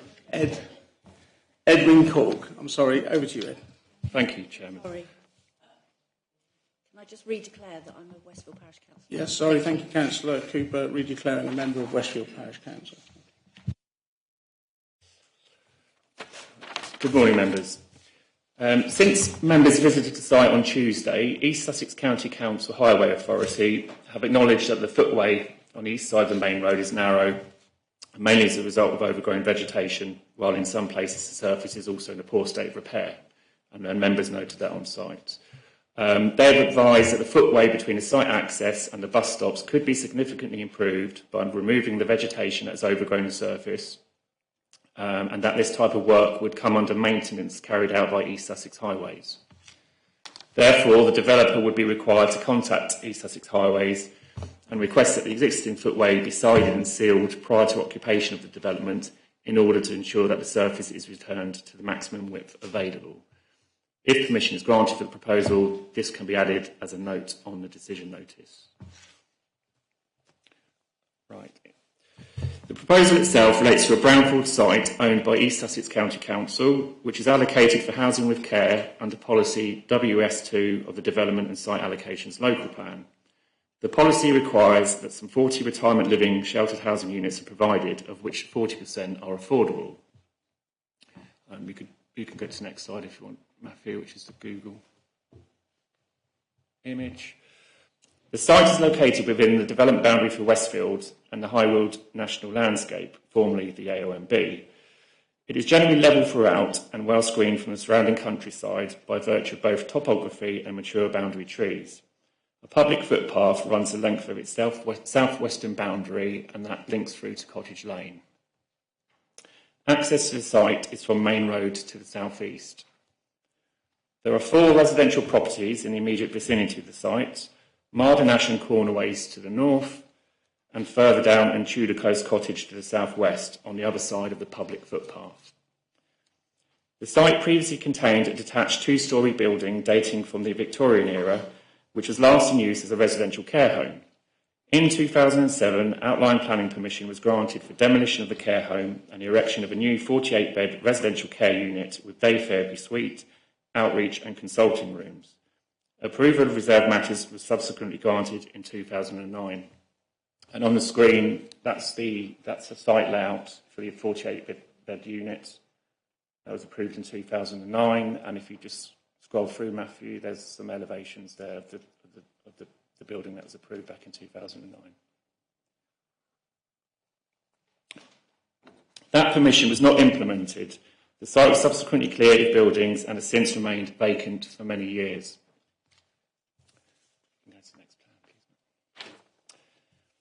The current proposal is for the construction of a 2-storey, 64-bed care home, providing accommodation for the elderly and dementia care. It would be located centrally within the site and arranged around the courtyard garden. A new vehicular access is proposed from Main Road together with a pedestrian crossing. Car and cycle parking spaces and a delivery service area would be provided at the front of the site, with the remaining areas of land around the care home provided as communal garden for residents. External materials, if you could just go to the next slide please, Matthew. External materials comprise a mix of brickwork and vertical timber effect cladding to the elevations and clay tiles to the roof slopes of the deck roof. Some 250 square metres of solar panels are proposed to be fitted to part of the flat roof top. If you scroll through, please. That's just some of the elevations of the building as proposed. Keep going, please. And again. Yeah. And on this slide, you can see the area of solar panels that are proposed on the left-hand side of the roof. If you could go to the next one, please, Matthew. Internally, the care home would provide 31 single ensuite bedrooms on the ground floor and 33 single ensuite bedrooms on the first floor. A range of ancillary facilities would also be provided, including, but not limited to, lounges, quiet lounges, dining rooms, cafe, hairdresser room, library, activity room and care stations on each floor. In terms of whether the proposed care home development is acceptable, the committee report provides a full appraisal of the scheme. The main issues are the principle of a care home development on this allocated housing site, whether this is an accessible location, impact of the proposal on the character and appearance of the area, and highway and transport impacts. In this case, the proposal is for a care home, which is not housing with care, and would not provide any affordable housing. As such, the proposed development would not comply with the Council's development plan in that it would conflict with policy WES2 of the Development and Site Allocations Local Plan, and would undermine the provision of Westfield's identified housing need. However, the applicant has demonstrated that there are material considerations to justify the determination of the application other than in accordance with the development plan. The site has been marketed and there has been no interest from developers to bringing forward the site in accordance with the site's allocation. This is backed by comments from two market-leading retirement living sheltered housing developers, who say the site is not suitable for them or their product. Further to this, the provision of 64 care bed spaces would make a timely and meaningful contribution to the district's care bed space need in the immediate future, with a local operator, Greensleeves, already in place to operate the care home.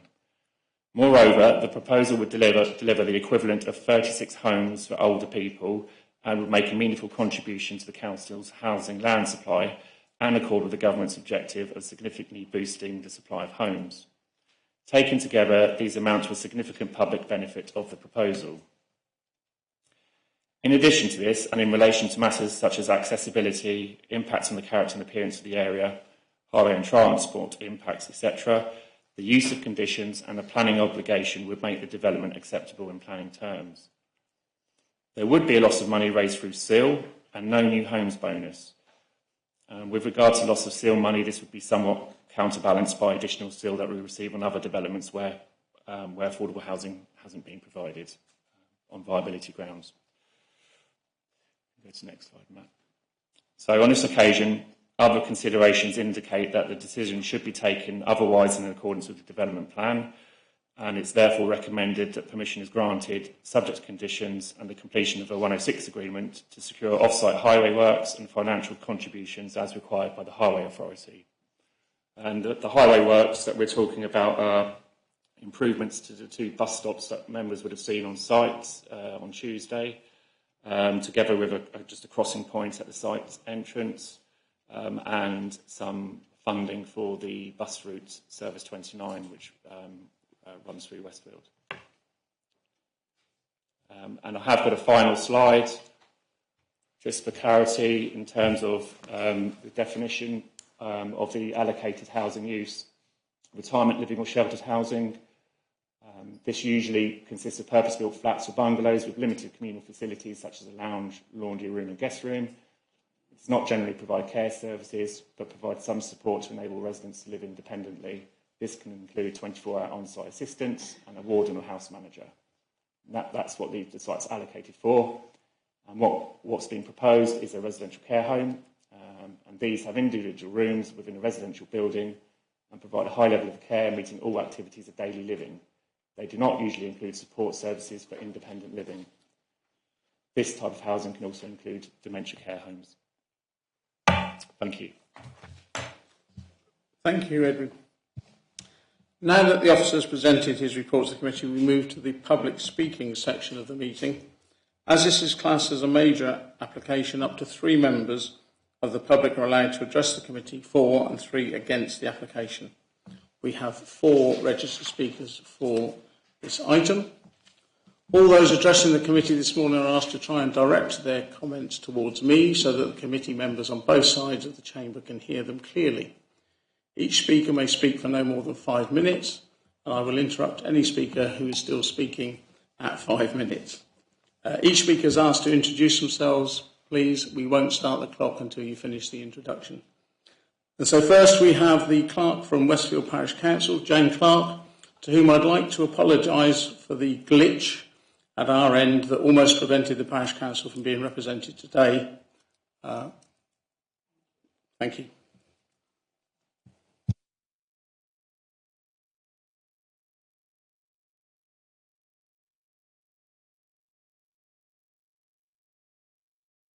I will do. Don't forget your speaker button, your mic button. Thank you.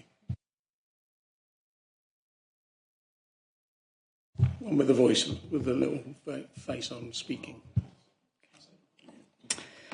Okay, thank you everyone. The Parish Council is seriously concerned about this development, especially about the impact on the GP surgery.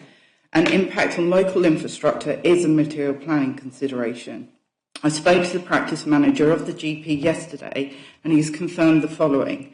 No one from Rother or the developer has engaged or spoken to the GP surgery about the realistic impact this development would have on them. The planning officer has stated in his report that the rise in demand would be the case if the site was developed with 40 dwellings. But with all due respect, the officer is not an expert in this matter, and a 64-bed, essentially end-of-life private care home would be completely different and have a significant impact on a small village surgery. The practice manager stated, this type of facility would require weekly visits from the surgery under the current contract.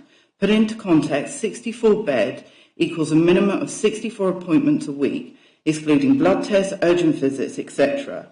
This would equate to a doctor being out of the practice 2 to 3 days a week, regardless of any on-site provision, as they will not have full-time doctors employed on-site and will require the surgery to meet this need for them. The type of facility will require end-of-life care and dementia support, which are all high demand in time and need. The comment from the planning officer that demands arising from the care home development would need to be met by the relevant provider, yet the relevant provider, the GP surgery, is clearly stating they cannot meet that need without significant impact on the needs of the existing community, would have to close lists, send patients to A&E, and quite frankly cannot cope. It is clear that the infrastructure in a small village cannot cope with a second care home, and it is a material planning consideration and a serious one. Furthermore, this development is not providing much needed housing in Westfield for housing with care, as identified in the 2019 data, and it was also in the 2014 local plan, I believe, after the 2009 permission that was previously highlighted. So what is going to happen to those people? We have no more suitable large-scale sites in the DASA to build housing on. In the pre-app response from Rother, it states the erection of a care home on this site is unacceptable in principle, as it would undermine the delivery of much-needed housing for the village of Westfield. And the officer's report, as he has said, it acknowledges that allowing this care home proposal, the provision of Westfield's identified housing need will be undermined. If this is the case, clearly this is not the right site for such a development, and the need for housing for our older residents, and also in line with national policy, is priority should be given to older residents wanting to stay in their own homes, but we need those homes to be built. Just in discussing the AONB, or now the High Wyld National Landscape, Monkhill versus Secretary of State for Housing, Communities and Local Government has said that the preserving the AONB is a freestanding reason to reject a planning application. The High Wyld National Landscape is irreplaceable and is given high levels of protection for a reason. We again state that it's been poorly demonstrated that the site is undeliverable with the housing with care for the 40 dwellings. McCarthy Stone, despite saying the site is unsuitable, have a whole web section dedicated to retiring in the countryside, and the description could be Westfield.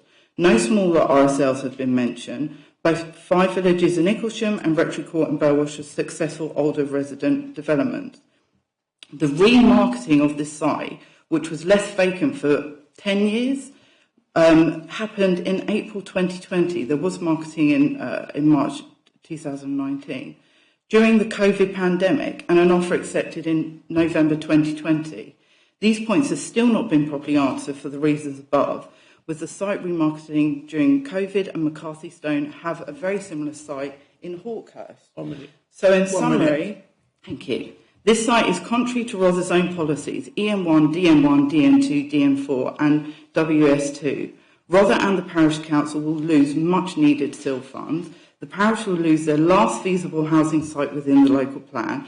The bus stop condition is totally undeliverable. There is no concession for a proper safe crossing on a dangerous 40-mile-an-hour road where in the last 18 months someone was killed at the nearby junction. Minimal requirement now, I hear, to improve the dangerous footpath between the doctor's surgery. It is a poorly located site for accessibility, as Highways have noted. There is significant design damage that will cause harm to the Highwold natural landscape. It will deliver the minimum requirements in biodiversity, has no design value as a large institutional building in relation to the Highwold management plan, nor reflective of local character, and most importantly, the local GP has said they absolutely cannot cope. Thank you. So on balance, please refuse. Thank you. Councillor Field. Yes, listening to that presentation, I realise I should have declared a non-prejudicial interest. It's a personal interest because I'm a non-executive member of East Sussex County Council, which does buy beds in private care homes for its residents. Thank you, and I think they also own this site. Sorry? I think that they also own this site. So, do we? Yeah. Thank you. Oh. Is that, hang on a minute. Yeah. Lisa, is that significant? You think I need to go? Thank you, Councillor Field. For those online, if you couldn't quite hear, Councillor Field, as a member of East Sussex County Council, is now non-executive member of East Sussex County Council, is going to leave because East Sussex County Council actually own this plot of land. Sorry about that, Councillor Field.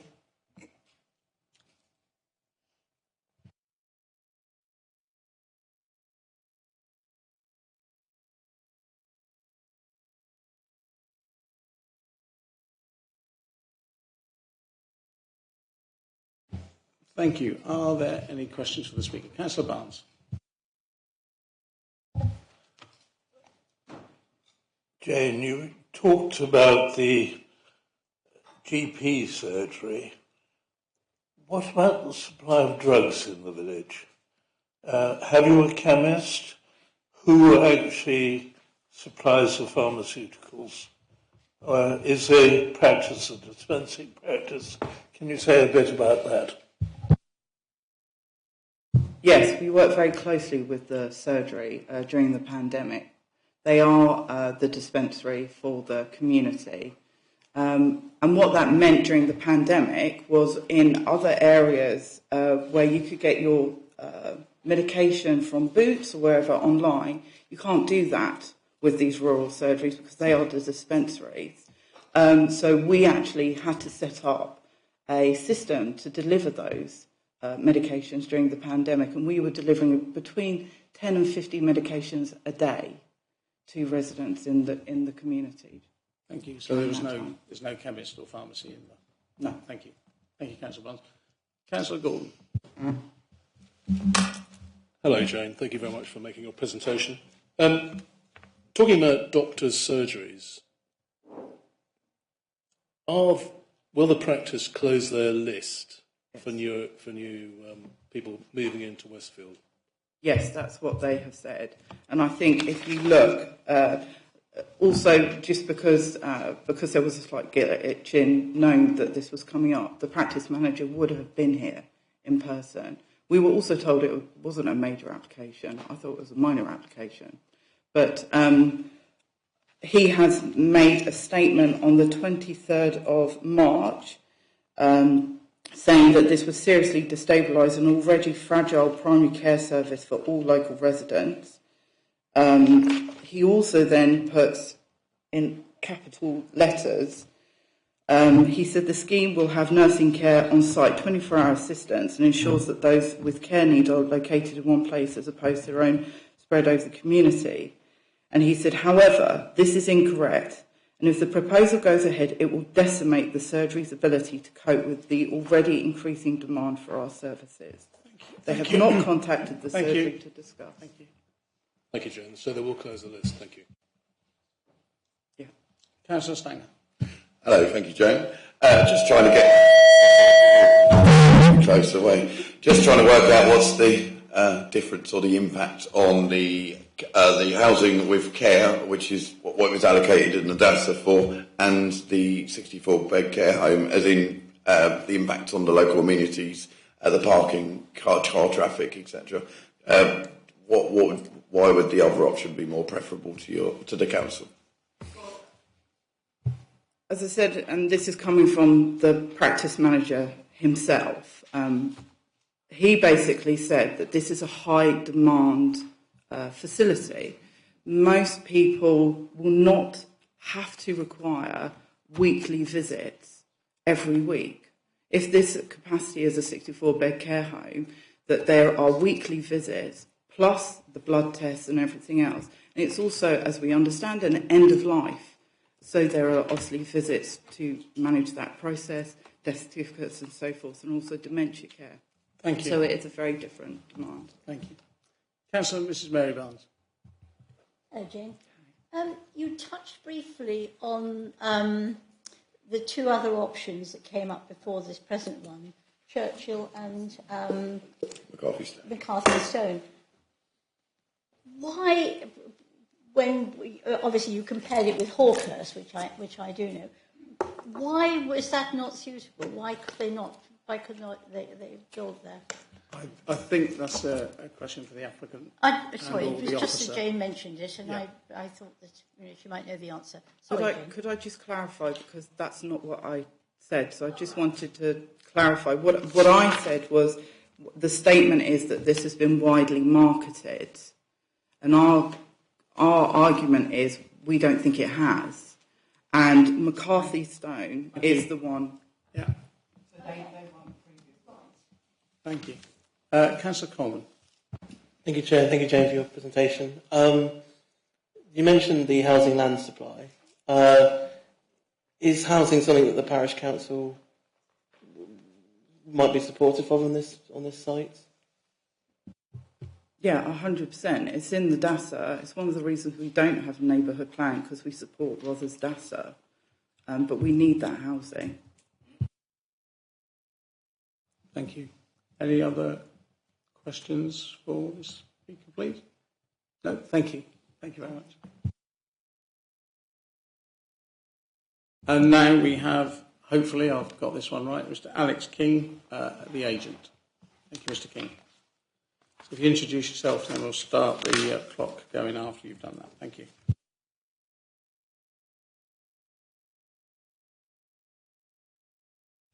Am I good? Perfect, thank you. I'm Alex King. I work for Mission Town Planning. I'm a planning consultant for the scheme. I've worked on this project for the last 4 years with my client, Frontier Estates, who will also be presenting.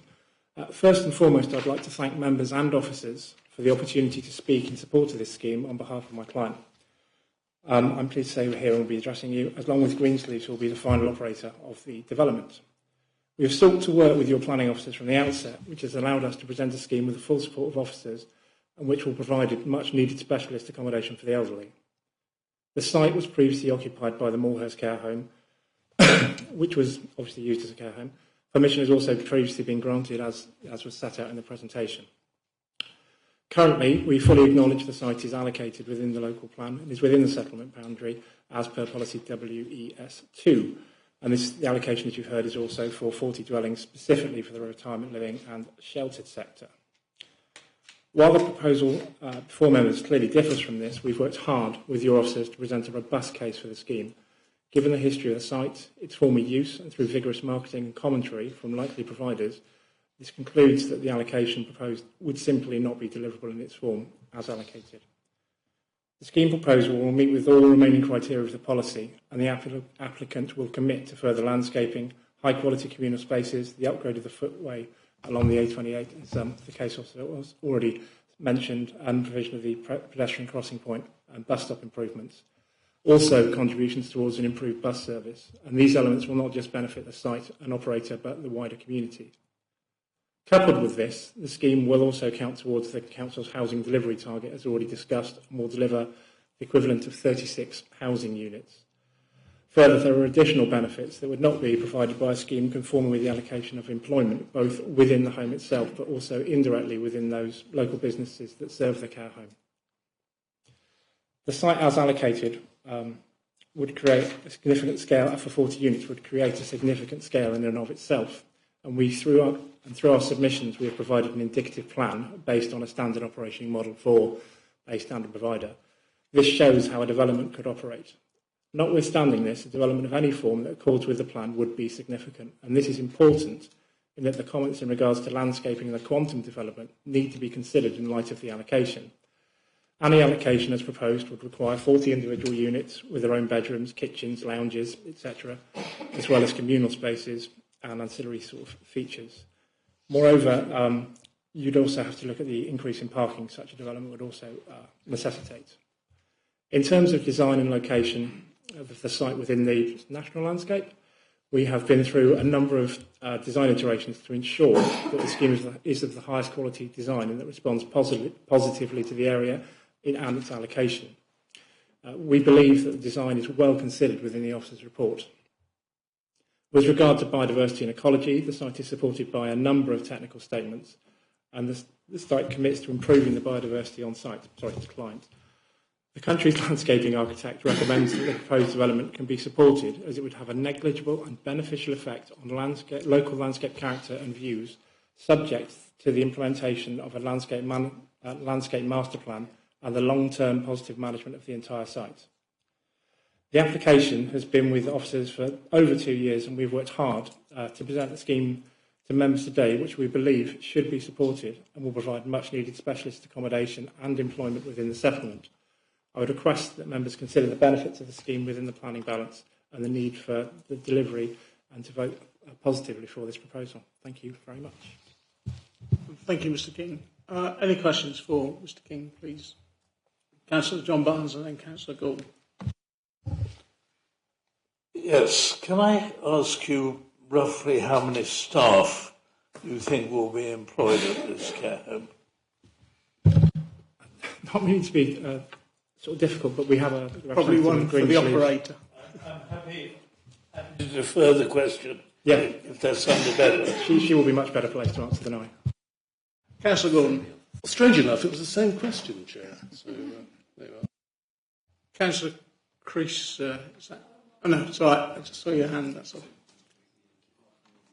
Councillor Stanger, you've got a question. Hello, yeah. Hello. Thank you for your presentation. So, parking-wise, is it something you deal with, or would it be like the parking spaces that have been proposed?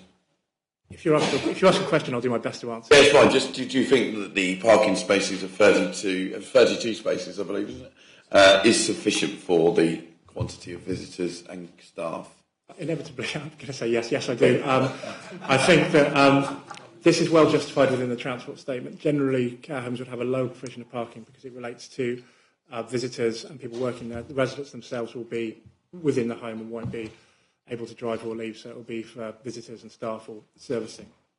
So 32, I would hope, should be more than acceptable. There's also disabled spaces and EV charging spaces. Thank you. You sure you don't want to change your mind on that one? Okay. Any more questions for Mr. King?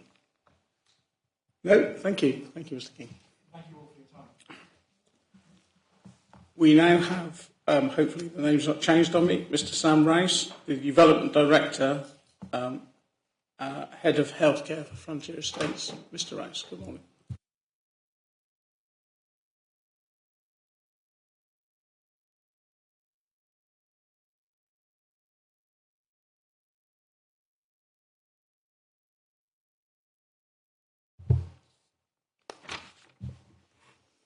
Good morning. Hi, I am Sam Rouse, Head of Healthcare and a Development Director at Frontier Estates. We are the applicant for the scheme and have been working in partnership with Greensleeves, who will be the operator of the scheme once completed.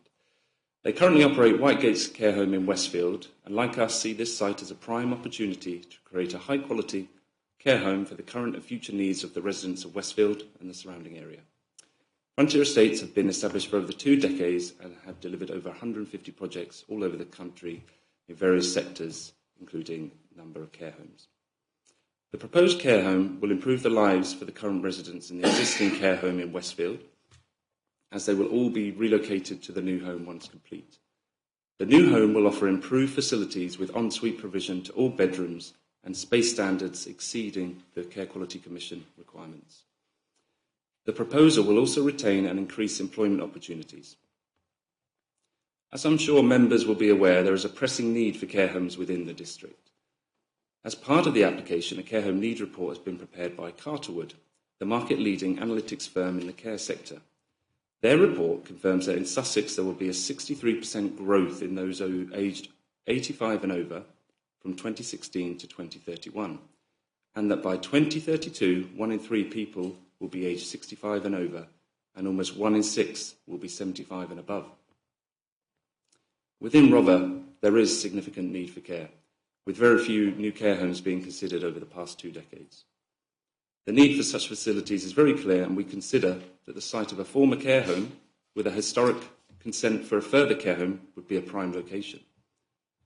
Prior to the submission of the application, we engaged with the Parish Council, but we were limited with wider opportunities for consultation with the backdrop of the global pandemic, which limited group meetings and travel. We note the GP's comments.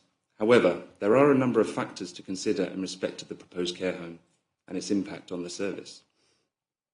By having residents cared for in a purpose-built environment which is staffed 24 hours a day, this is shown to reduce the need to access GP services compared to those who do not live in this specialised setting. Also, by being in this specialised setting, any GP visits are able to be managed in a more efficient manner, reducing the impact when compared to individuals living in separate dwellings. Moreover, as will be discussed by Greensleeves, we will be decanting their existing residents who will see a positive impact as a result of the improved facilities. The scheme brings an abundance of benefits and opportunities to Westfield and the surrounding area. We would very much like to work with the people of Rother to get it built and deliver on these. Other associated benefits include freeing up under-occupied dwellings, employment opportunities during construction and in the completed care home, highways improvements, a contribution towards enhanced bus services, and the reuse of a brownfield site. All this whilst delivering high quality and much needed care facilities. I would like to thank members for their time and consideration and to respectfully request that permission is granted. Thank you. Thank you, Mr. Rice. Any questions for this speaker? I'll go for Councillor Gordon this time first, and then Councillor Barnes. Thank you very much, Sam, for your presentation there, Chair. With regard to staff, nursing staff, are you going to have fully qualified nurses? How many fully qualified nurses are you going to have on site, 24 hours a day, and as opposed to care assistants? Without wanting to follow suit with my my planning consultant, we're the developer, so we acquire the site and would build for Greensleeves. So I will pass that one to Mandy, who will be the next. My apologies, Sam. Another question, possibly? Yes. The previous nursing home, how big was the previous nursing home? Can you remember that? I can't recall. It's going back quite a way. Size? I don't know if officers, the planning authority. Okay. The one that was approved? Yeah. 48 bed unit was approved. Thank you. Councillor John Barnes.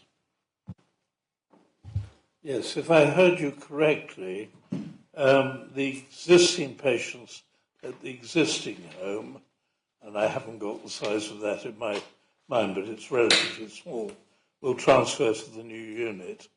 You may not be the right person to ask, but what will happen to the existing home? Again, sorry. So Greensleeves are here. They own the Whitegates care home, and so they will be able to give you a full detailed answer on that, I'm sure. And thank you, Councillor. Any questions for Mr. Rose? The next speaker's building up quite a library. No? No? Okay. Thank you, Mr. Rouse. Thank you.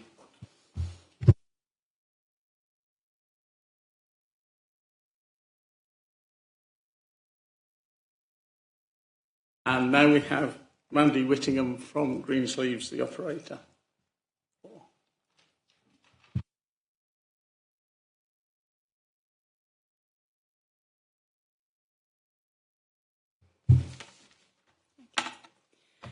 Thank you. I'm Randy Whittingham, Divisional Director of the South Divisions for Greensleeves Care, and thank you for giving me this opportunity to address you and answer your questions today. Just a very quick potted history of Greensleeves Care to give a bit of context. We've been operating for a little bit over 25 years. We emerged from the WRVS donated a number of homes to us, which started off the core business, and we now have 28 homes in England. We've been named in the top 20 care homes across the country for the last 7 consecutive years, and we aim to help people to see moving into care being an empowering choice rather than a daunting decision that they have to make. And I'll be telling you a little bit in a minute about what people say about living in our home already in Westgate.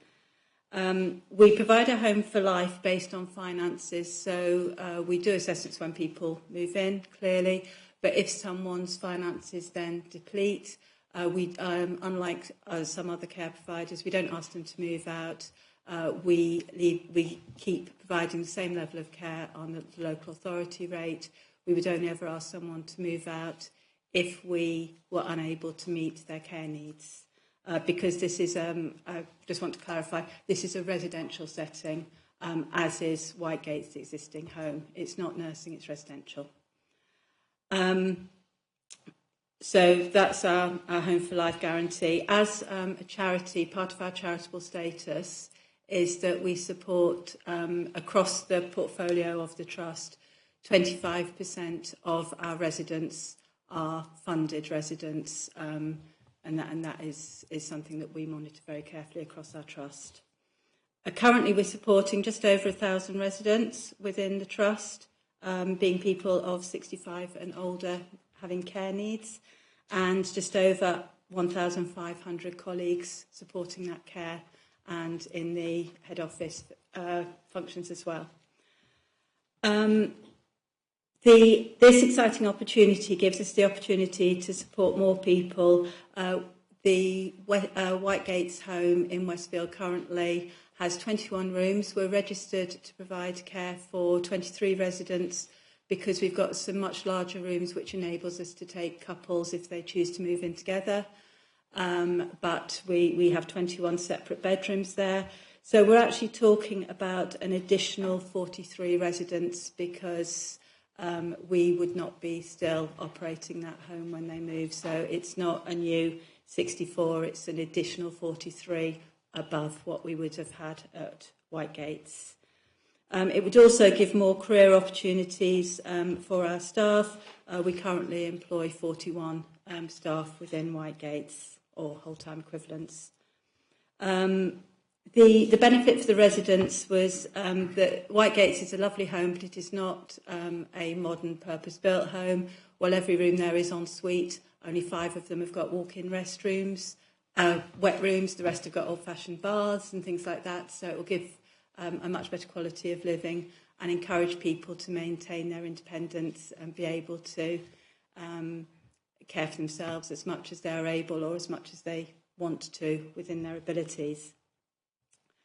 Also moving into care combats loneliness and gives us the opportunity for early identification of changing needs and crises in care.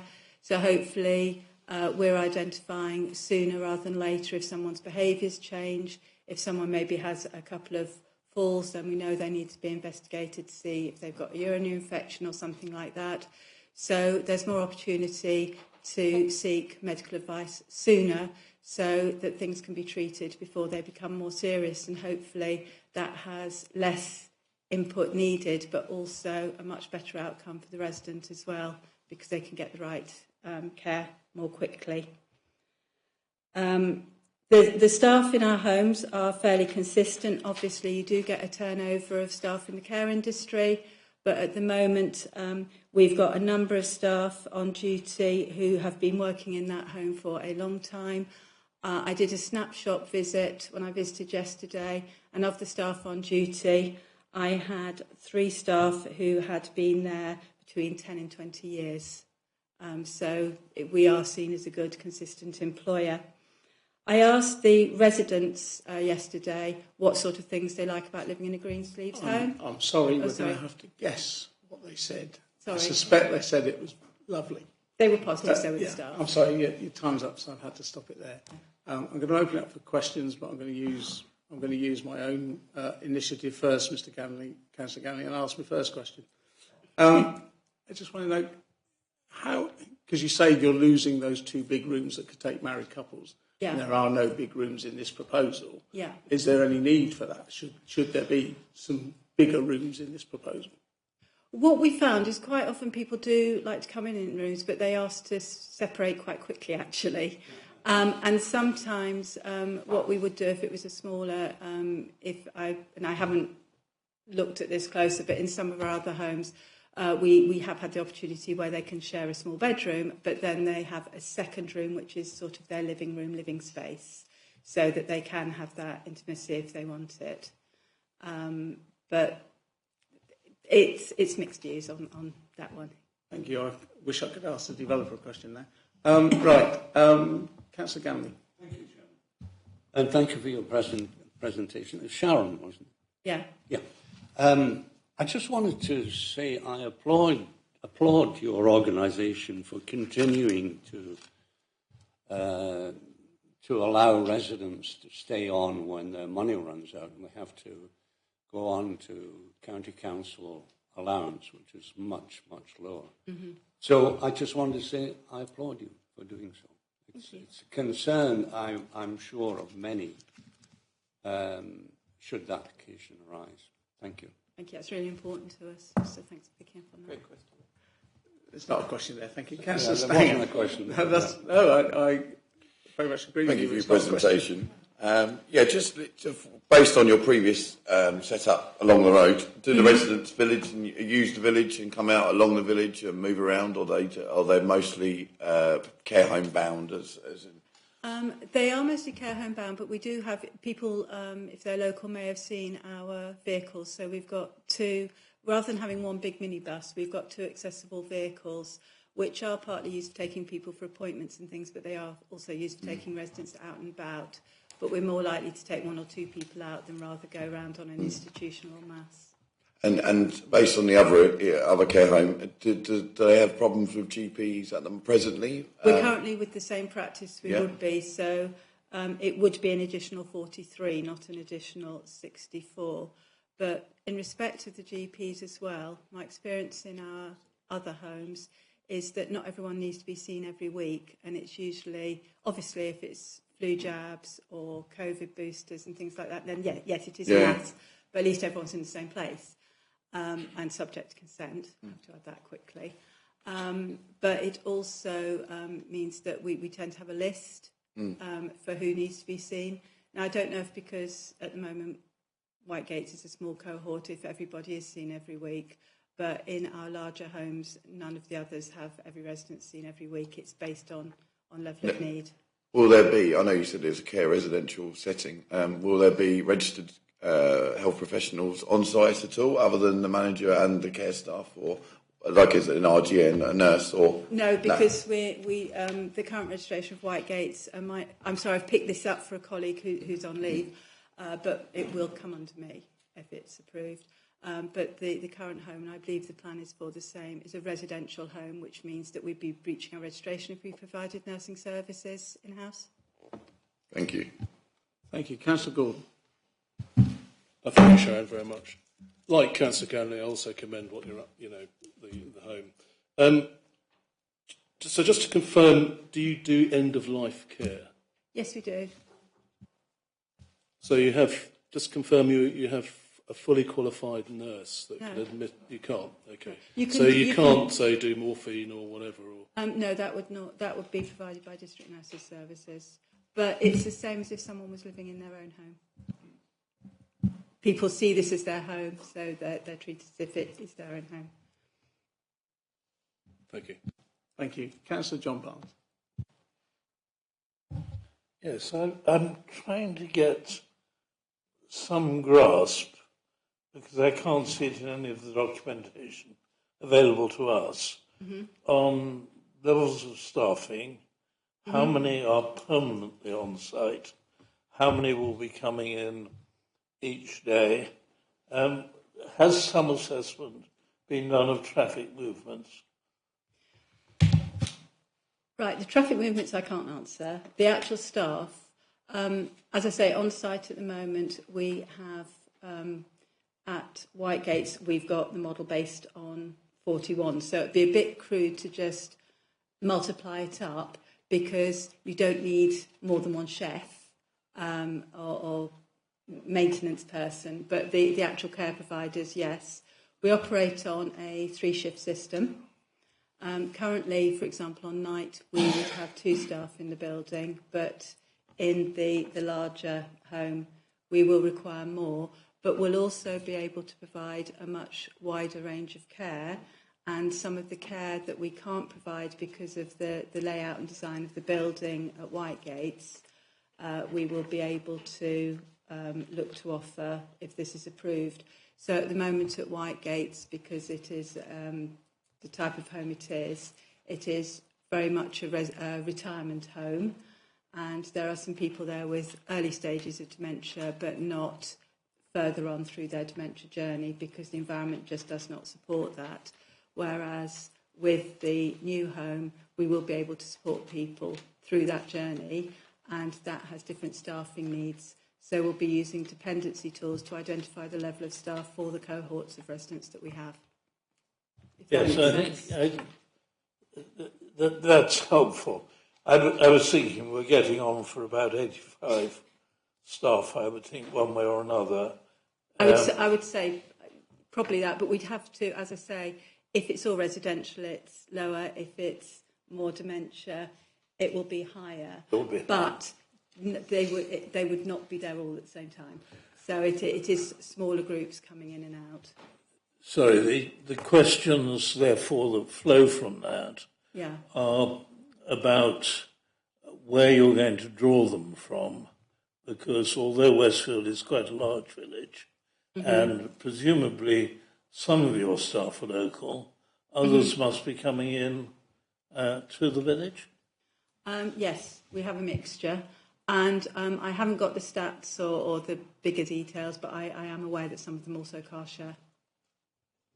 I ask because for what is a relatively large home, not excessively large, the number of parking spaces does seem extraordinarily small when you take into account visitors and other people coming in who won't, by definition, be residents of Westfield. I was actually discussing this with my colleagues yesterday, and I was trying to remember how many parking spaces we've got on the current site. And from just trying to picture it, I think we've got about 12 on the current site. So it is significantly more than we've got where we are currently. And as I'm sure anyone who's aware of the site knows, there's no, you cannot road park around that area either. So it is... Thank you, Andy. I think that's a question you can ask of the officer again as well, Councillor Barnes. Councillor Gordon. Just a quickie, Chair. District nurses, are they attached to the local surgery? Yes, they are. So it will put more pressure on the local surgery?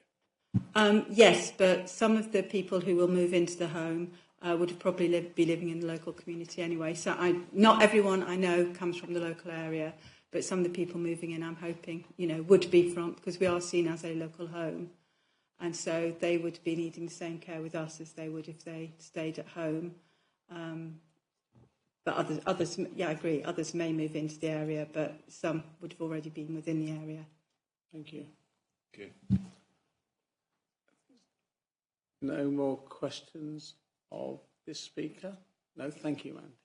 Thank you very much. Thank you for your time. Could you just turn your microphone a bit? Thank you. Right? Have another go. Yeah, that's it. Thank you. Last speaker is Councillor Cooper, one of the ward councillors for the location. Councillor Cooper. Thank you, Chair. This proposal goes against Rother's own policy, WES2. This site has been allocated for much needed housing for older residents and especially affordable housing. This is reflected in the Westfield housing need for 1 and 2 bedroom properties. If Westfield lose this site for housing, where could this much needed housing go? It is also concerning that this is not being seen as a major development in the High Weald National Landscape by the Planning Officer. It is true that the NPPF paragraph 183 states that it is a matter for the decision maker. I would ask you to view this development as major development precisely for the reason noted in footnote 64 for its nature, scale and setting, and as the parish clerk has already outlined, the adverse impact it is going to have on the infrastructure for Westfield residents. The High Weald AO&B unit feel this is an overdevelopment of the site and against Rother's DASA policy DEN4. Whilst the applicant notes that there is some landscape and biodiversity enhancements, the size and layout of the building is substantial and dominates the site. The East Sussex County Council ecologist states that only the very minimum biodiversity net gains could be met on this site. As a district council who has declared a climate emergency, surely we should be seeking more than the minimum and looking to truly preserve and enhance the High Weald national landscape with the developments we approve. The High Weald unit also notes it does not meet S3 of their management plan, which supports to enhance the architectural quality of the High Weald in its scale, layout and design to protect and enhance the character and quality of buildings in the High Weald. Even the planning officer notes that the design of this building is a large institutional style building which has the potential to harm the landscape and scenic beauty of the High Weald. He goes on to say the scale, extent and mass of the proposed care home building will be at odds with its setting in terms of the prevailing pattern and small scale nature of existing residential development nearby. There is very little in the design to reflect, enhance or protect the High Weald national landscape. The building is, as the officer says, a large institutional building, and I cannot see how this has any commonality with residential flats. It is easy to make a comparison, as there are a number of flats across on the Westfield Down development which have been built to take into account the local area. They have virtually zero in common with the proposed design for this large 64-bed private care home.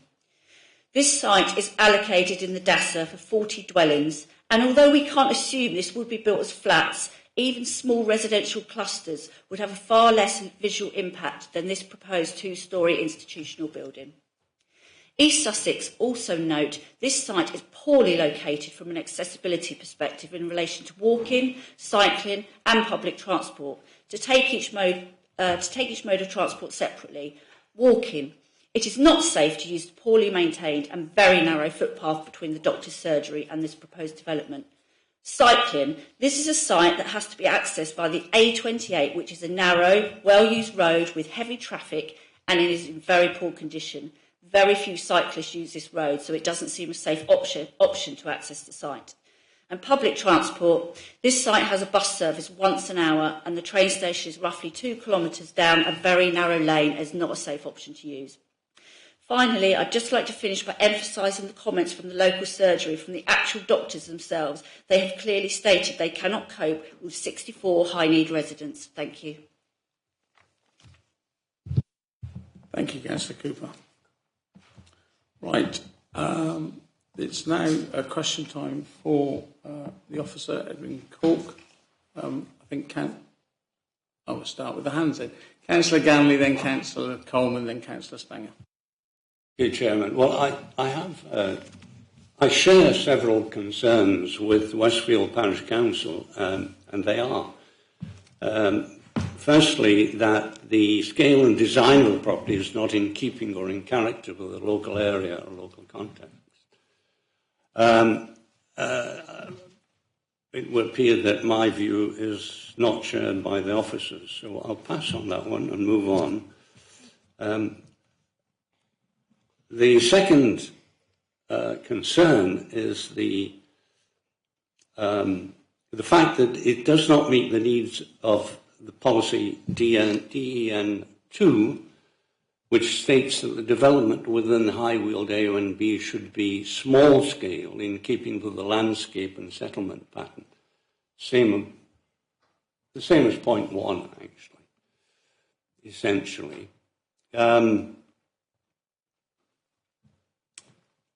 The footpath on the A28 is not safe. Well, I can vouch for that. Yeah. Having walked down it, it's distinctly dangerous. However, I do note that the applicant will be expected to ask County Highways to widen that footpath.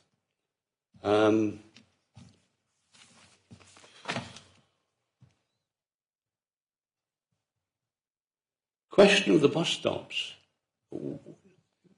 Could somebody clarify whether it has been claimed that it is not possible to put the bus stops where they are proposed? Is that accurate or not? Pause there. As it was an actual question, we'll have the planning officer reply to that one. Yes, East Sussex County Council have reviewed the application, and they have said in their comments that they would like the 2 bus stops that we walk down to be upgraded. So it wouldn't be the provision of a new bus stop, it would be upgrading of the existing 2 bus stops to the south of the site. One of them in close proximity to the previous Westfield Football Club site, and the other one on the other side of the road nearer to the surgery. And they would both be upgraded. And the comment in your report has said that depending on the parish council's agreement.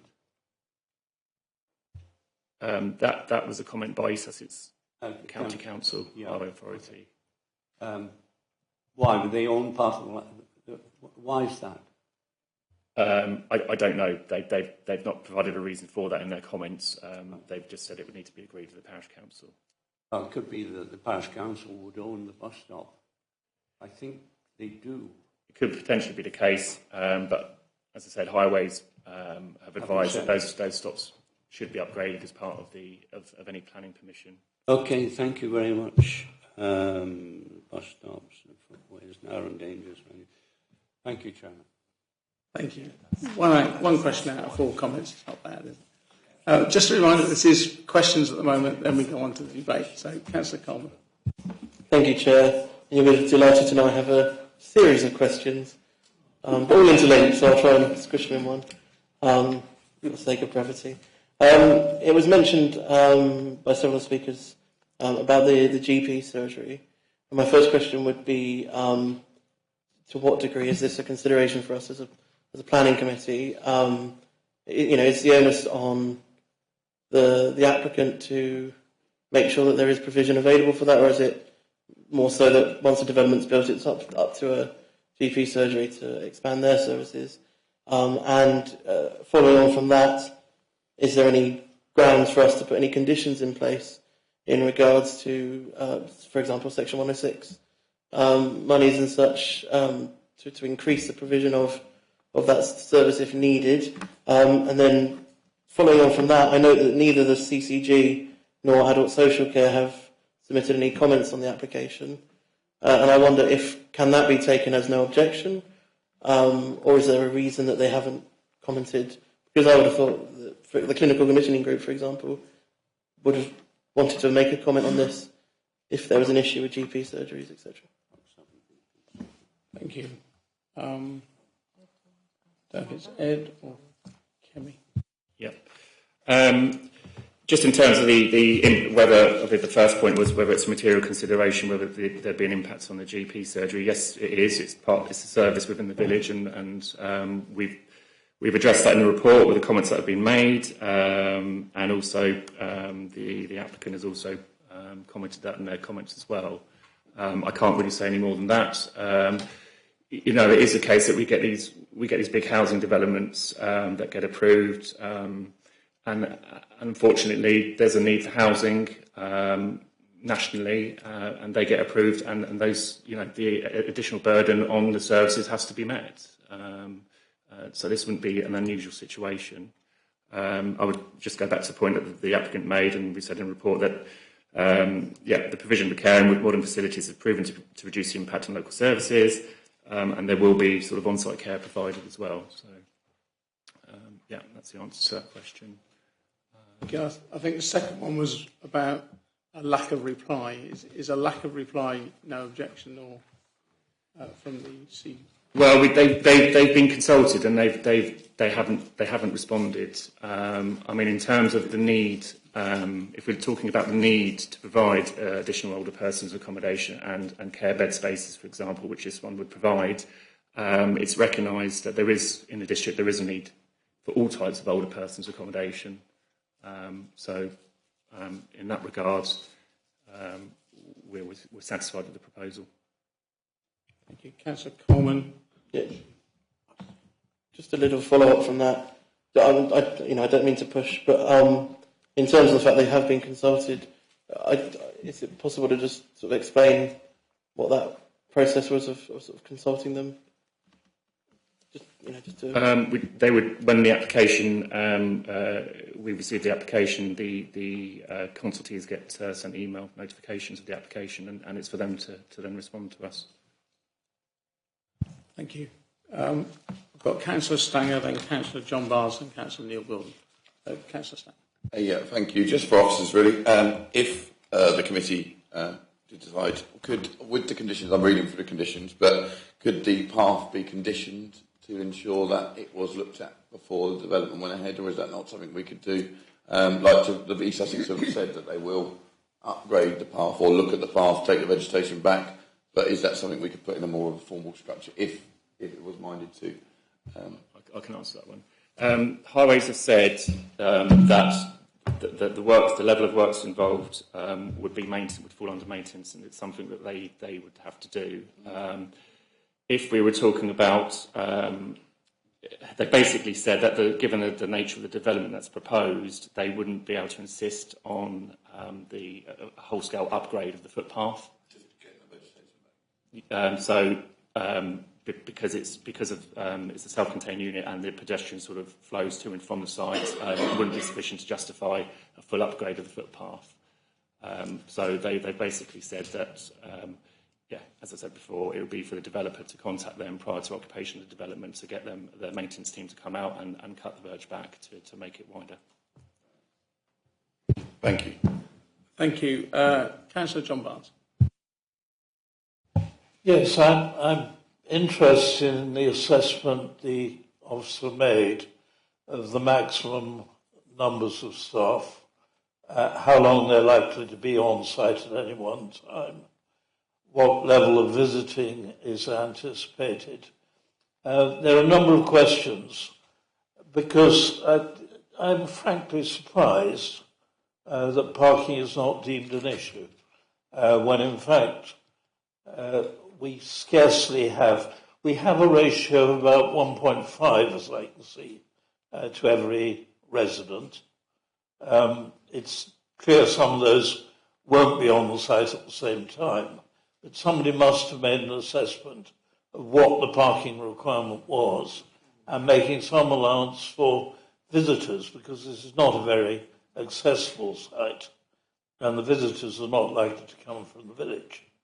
So there will also presumably be reserved spaces for GPs visiting or health staff visiting, which is going to further diminish the parking. So I really would like a comment from the officer on how much he's really looked at the parking. Thank you, Councillor Barnes. Edwin.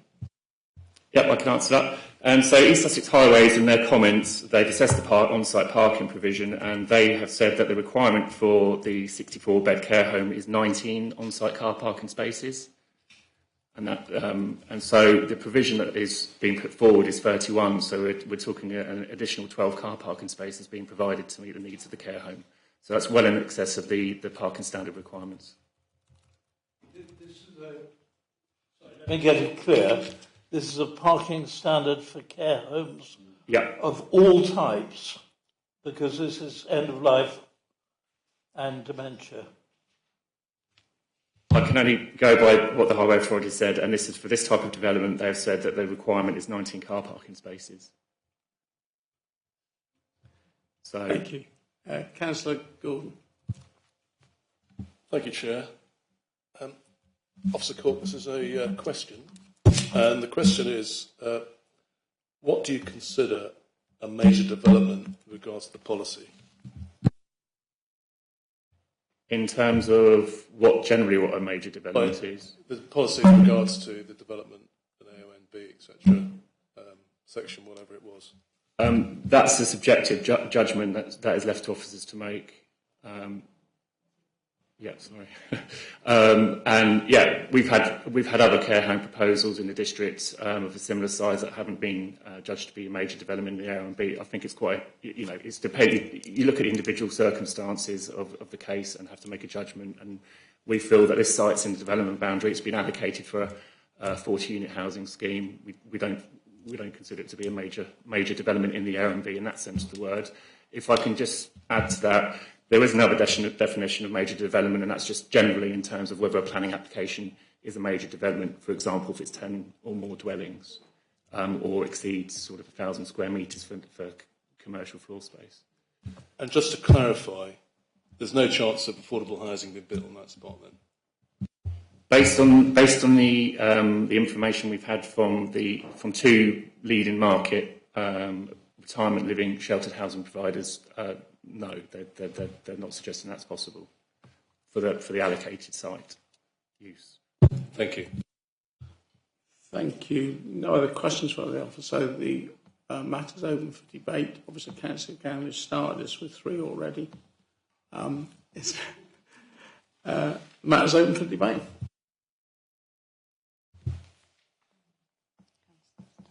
Councillor Stanger, then Councillor Butler. I just want to say where I'm at. It's a balance, isn't it? And I just don't see personally, looking at everything and listening to everything, the difference between the housing with care, 40-something, versus the 64.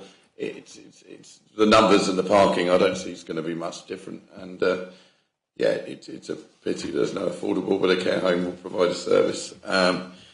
The GP again is a major problem nationally. In Bexhill, I think there's 2 GPs to 16,000 people. So it's a national problem rather than a local problem. But that's where I'm at the moment, and still thinking. We're from here. Councillor Barnes and Councillor Common. I can't brush the GP problem aside like that. I speak as former chairman of the PCT for this area, and also for East Sussex Downs and Weald. And yes, primary care, which keeps people out of hospitals, and we've already heard 1 in 6 people are going to be over the age of 75. 1 in 3 will be aged. Now, most of us are pretty active still, and mentally. But nevertheless, if we come into the dementia bracket, we're going to require enormous levels of care.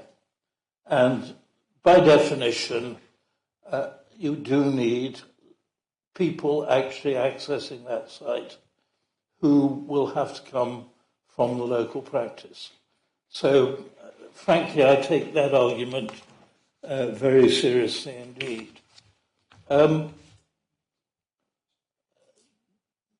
I'm less worried about the idea of putting a care home into a village.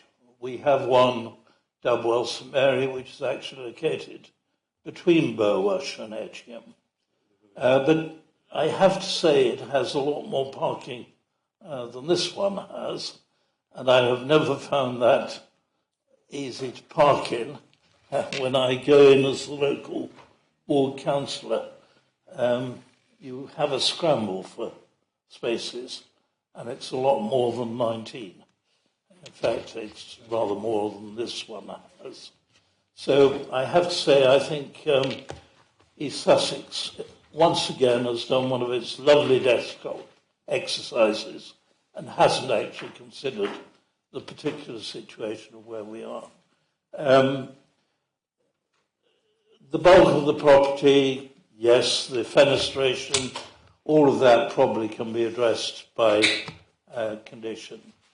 I think where I am probably going to come down in the end against this is because effectively in a village in the High Weald, you are pretty constrained by your development boundaries. Westfield has an identified housing need.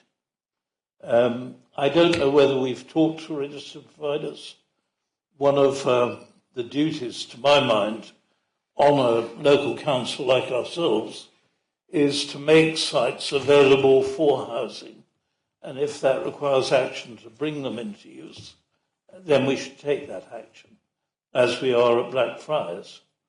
But we are taking away the last major site in Westfield where housing can be developed to meet local needs. And we're doing it for something which is a generic need of the district. I do find it very odd that we're not taking into account Hastings to any vast extent. Whether 3 miles is a sensible or an arbitrary limit, I'm not clear.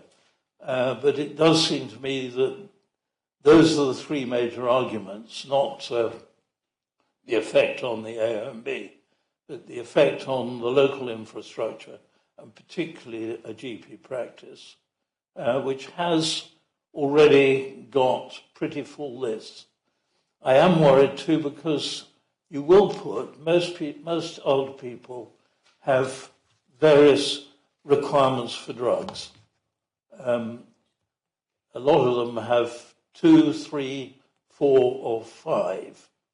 Again, if you have an INR, you can need to actually attend, get the nurse to take your INR weekly. So we're talking about a clientele that is going to put quite a strain on an already stretched GP practice. It could actually cause that GP practice to go under, and that's a serious factor. So those are the considerations that I would like us to be addressing. As I say, I'm minded at this moment to refuse, but I don't want to foreclose further debate. Thank you, Councillor Barnes. Councillor Gordon, then Councillor Coleman, and Councillor Creaser. Thank you, Chair. Well, Councillor Barnes has pretty well summed it up for me. I won't repeat what he said because it might take a while. So I'll go with Councillor Barnes. Thanks. Thank you. Councillor Coleman.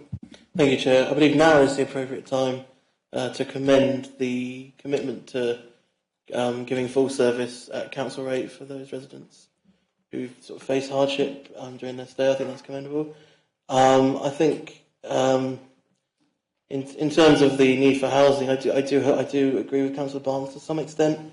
Although I also think that the provision of these residential units essentially could lead to residents who currently live in Westfield potentially moving out and selling their properties to move into this home, and that then frees up housing for other people to move into. So I think there is a balance to be had there, because that you are taking people out of a house into a place which is more suitable, and that then could free up that house. For me, the GP issue is certainly one that weighs heavy, and I know from where I live, I don't have an actual GP. It's just whoever's there, and I know a lot of residents.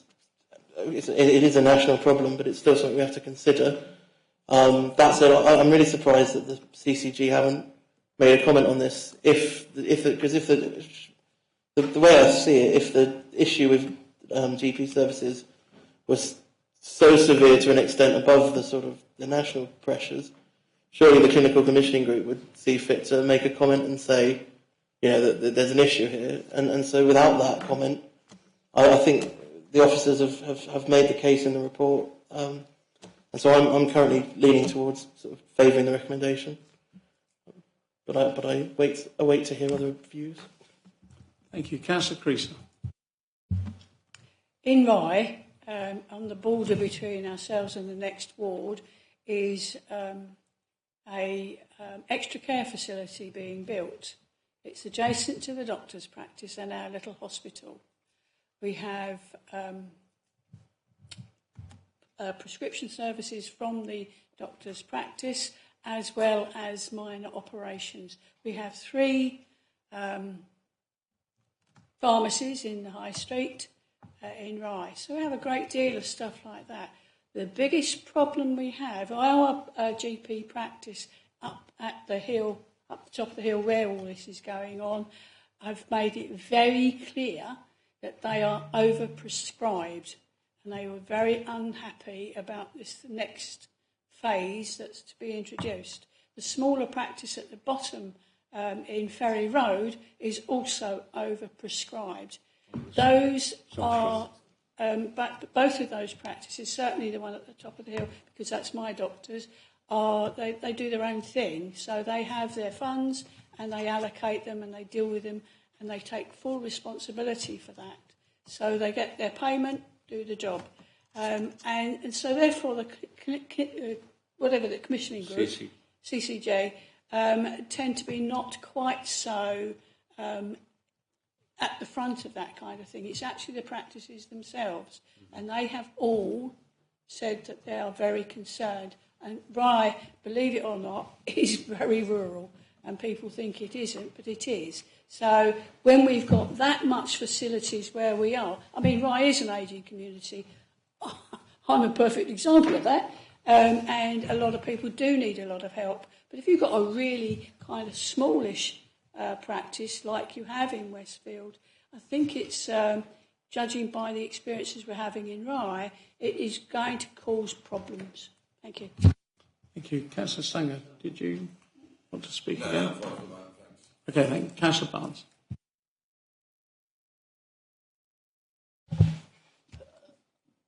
I think I'm going to move rejection. It's a case where the officers are themselves going against policy, and it seems to me we had a policy for Westfield which was designed for Westfield.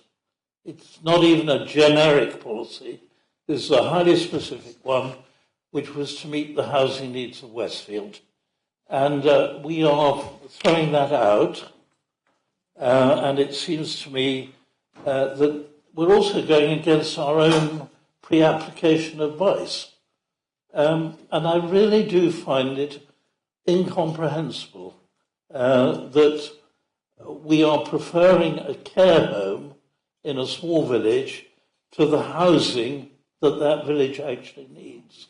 I think that in itself is sufficient justification for moving rejection.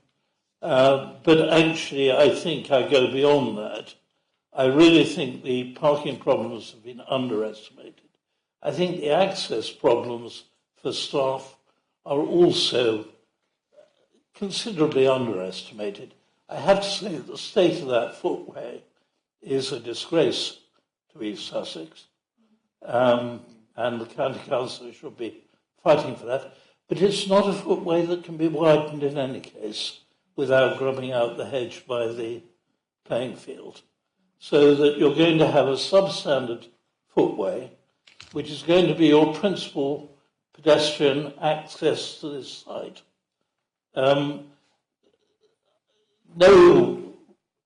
Nobody who actually knows the A28 would cycle along it.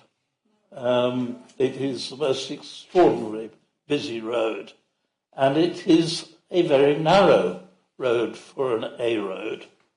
And so I think you're going to find that people will have to access the site by car, and I think the parking problems have been underestimated, I have to say. And this is a staff-intensive site. It's going to be a health-intensive site, and I really do not believe that this is the right place to put it. That's not to say it isn't a very good operating company. I'm sure they'd run an excellent care home.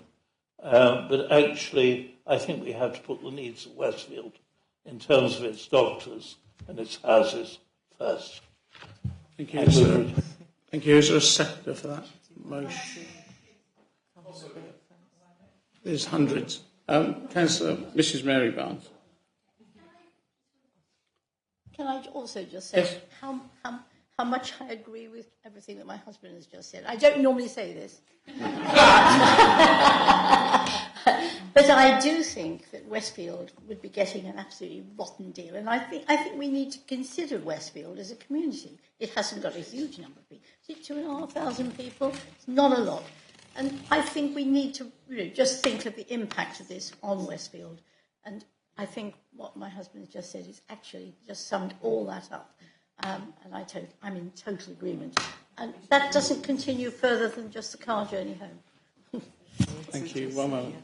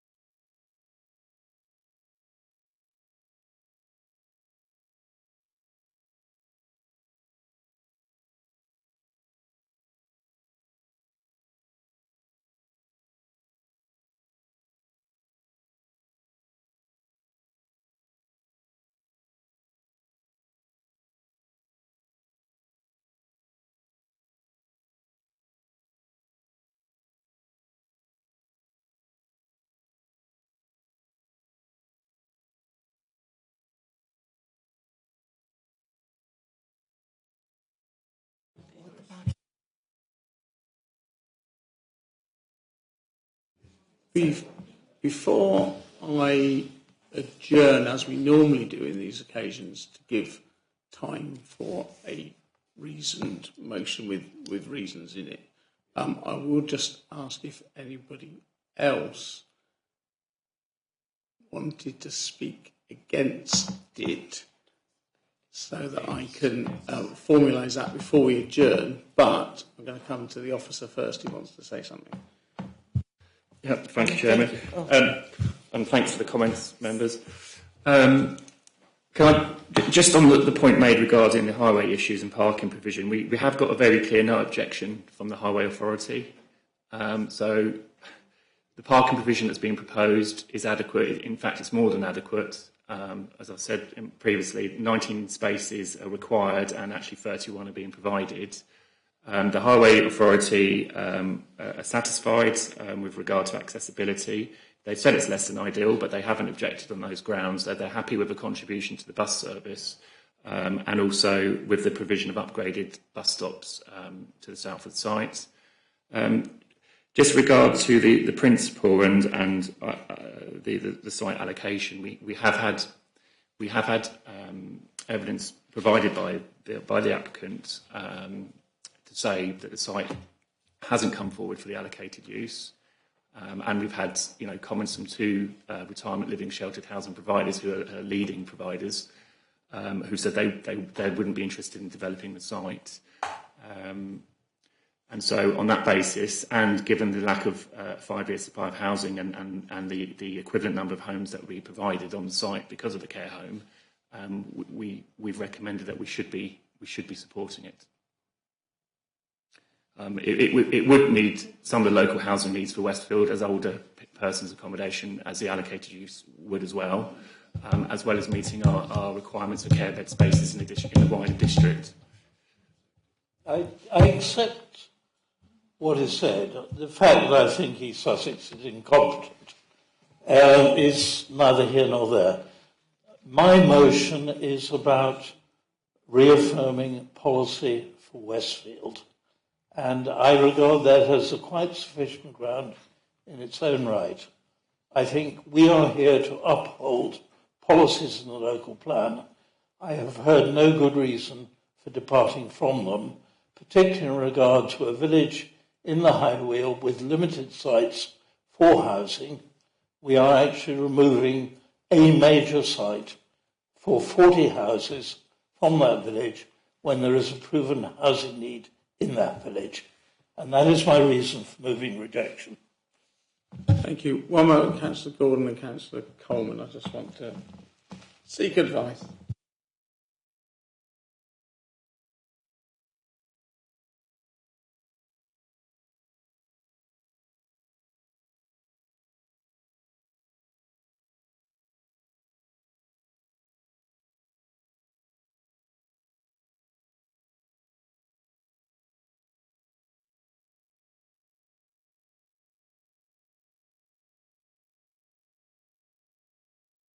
If we need a further reason, Chairman, it would be the impact on local health services, which I regard as a major consideration. Yeah, thank you. We're going to be discussing that in a moment offline, I think. One moment.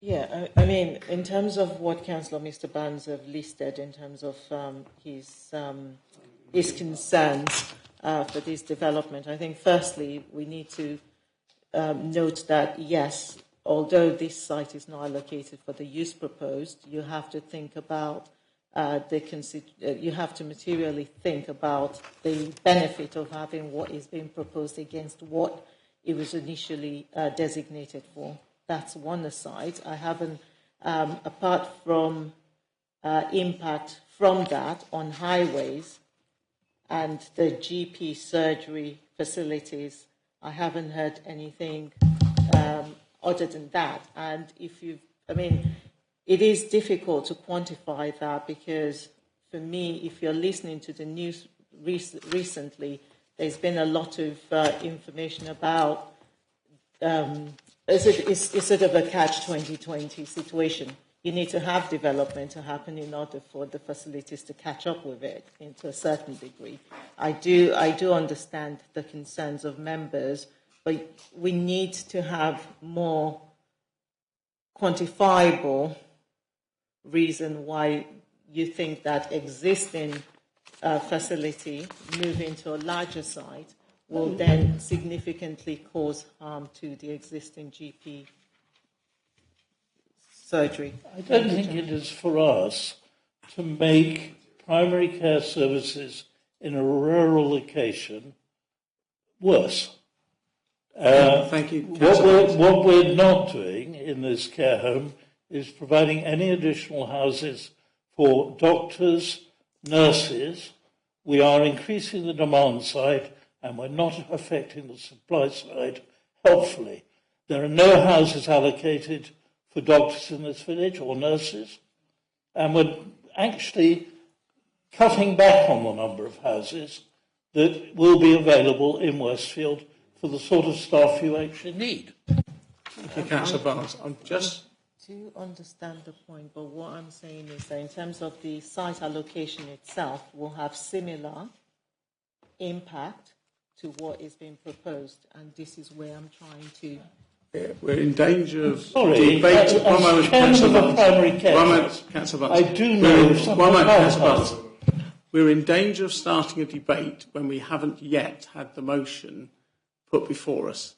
So I would like to adjourn it for Councillor Barnes, legal and the planning, to go into the chairman's room to sort out a motion that we can all then know what we're talking about. We'll be back at not before 1:10. Just a reminder not to speak about this application as it's still live either amongst yourselves or with people in the public gallery. Thank you.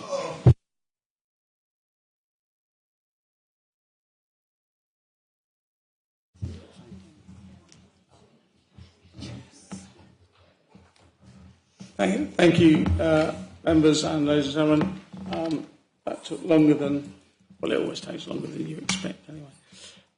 Right, so the motion I'm going to read out, which will then be open for debate, is the following. That it be resolved to refuse this application, contrary to the officer's recommendation, on the grounds that it is contrary to Policy WES2 and detrimental to Westfield's ability to meet its housing needs. Further, the committee is not satisfied in regard to Policy OSS3 that it would not have a markedly adverse impact on the provision of primary care services to the village. Just checking with Councillor Barnes, you're happy with that as your motion, and Councillor Mary Barnes has seconded it. The matter is now open for debate. Councillor Coleman. Thank you, Chair. So if we're going based on WES2, I feel it's relevant to read the little bit at the end of 1.2 in the report, where it says that in this case the applicant has demonstrated that there are material considerations to justify the determination of the application other than in accordance with the development plan. So, according to the report and the officer's recommendation, the applicant has demonstrated there are material considerations to justify this. I think the argument about housing, whilst I sympathise with it, what we've got before us isn't this or housing, it's this or this not being built, and then it would be for someone else to come forward to build that housing. And we've heard, although cast your mind back to earlier, which feels like a lifetime ago, we've heard that the local sort of the various providers of that kind of housing have said that it's not viable for them to do that. So it seems unlikely to me that that housing would be built. And we certainly can't, I don't think, rule against the officer's recommendation on this, on the sort of hypothetical of housing, when, it's not this versus housing, it's this versus not this, with the potential for housing possibly at some point in the future, despite the fact that the providers of such houses with care suggest that it's not viable to do so and that they wouldn't consider this sort of site, as one to do that in. So I don't see it as a strong enough reason to go against the officer's recommendation as set out in the report, and that's what we have to do, is we have to, make a decision based on planning rules, not on, our own sort of feelings on sort of the need for housing. And I certainly think we need housing, but if this site is not likely to bring forward housing elsewise, then this seems like a sort of perfectly suitable scheme in that regard. And as I said earlier, there will be some sort of mitigation to the effect, the supposed loss of housing hypothetically, because some of the residents who move into this unit, the additional residents who move into this unit, will be potentially vacating properties that will then go onto the market to be used for other residents. And so there will be some additional housing created, for those residents who from Westfield who move into this home as a better place for them to grow old and retire in and possibly see the end of their life in. So, I think there are other benefits to this scheme as well in terms of that healthcare provision. We heard about the improvements to some of the sort of adjoining sort of washroom facilities of the current residents from where they are now to where they would be relocated to, in having those wet rooms. We hear quite clearly this is not sort of a purely sort of profit-driven enterprise that's building this. This seems to be an organisation who are in the top for these kind of organisations nationally. We've heard about their sort of commitment to providing council rate for service where residents fall into hardship.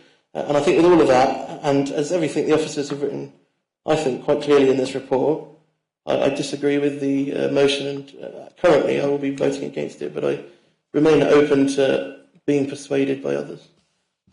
Thank you, Councillor Coleman. Councillor Barnes, I know you wanted to come back. Is there anybody else?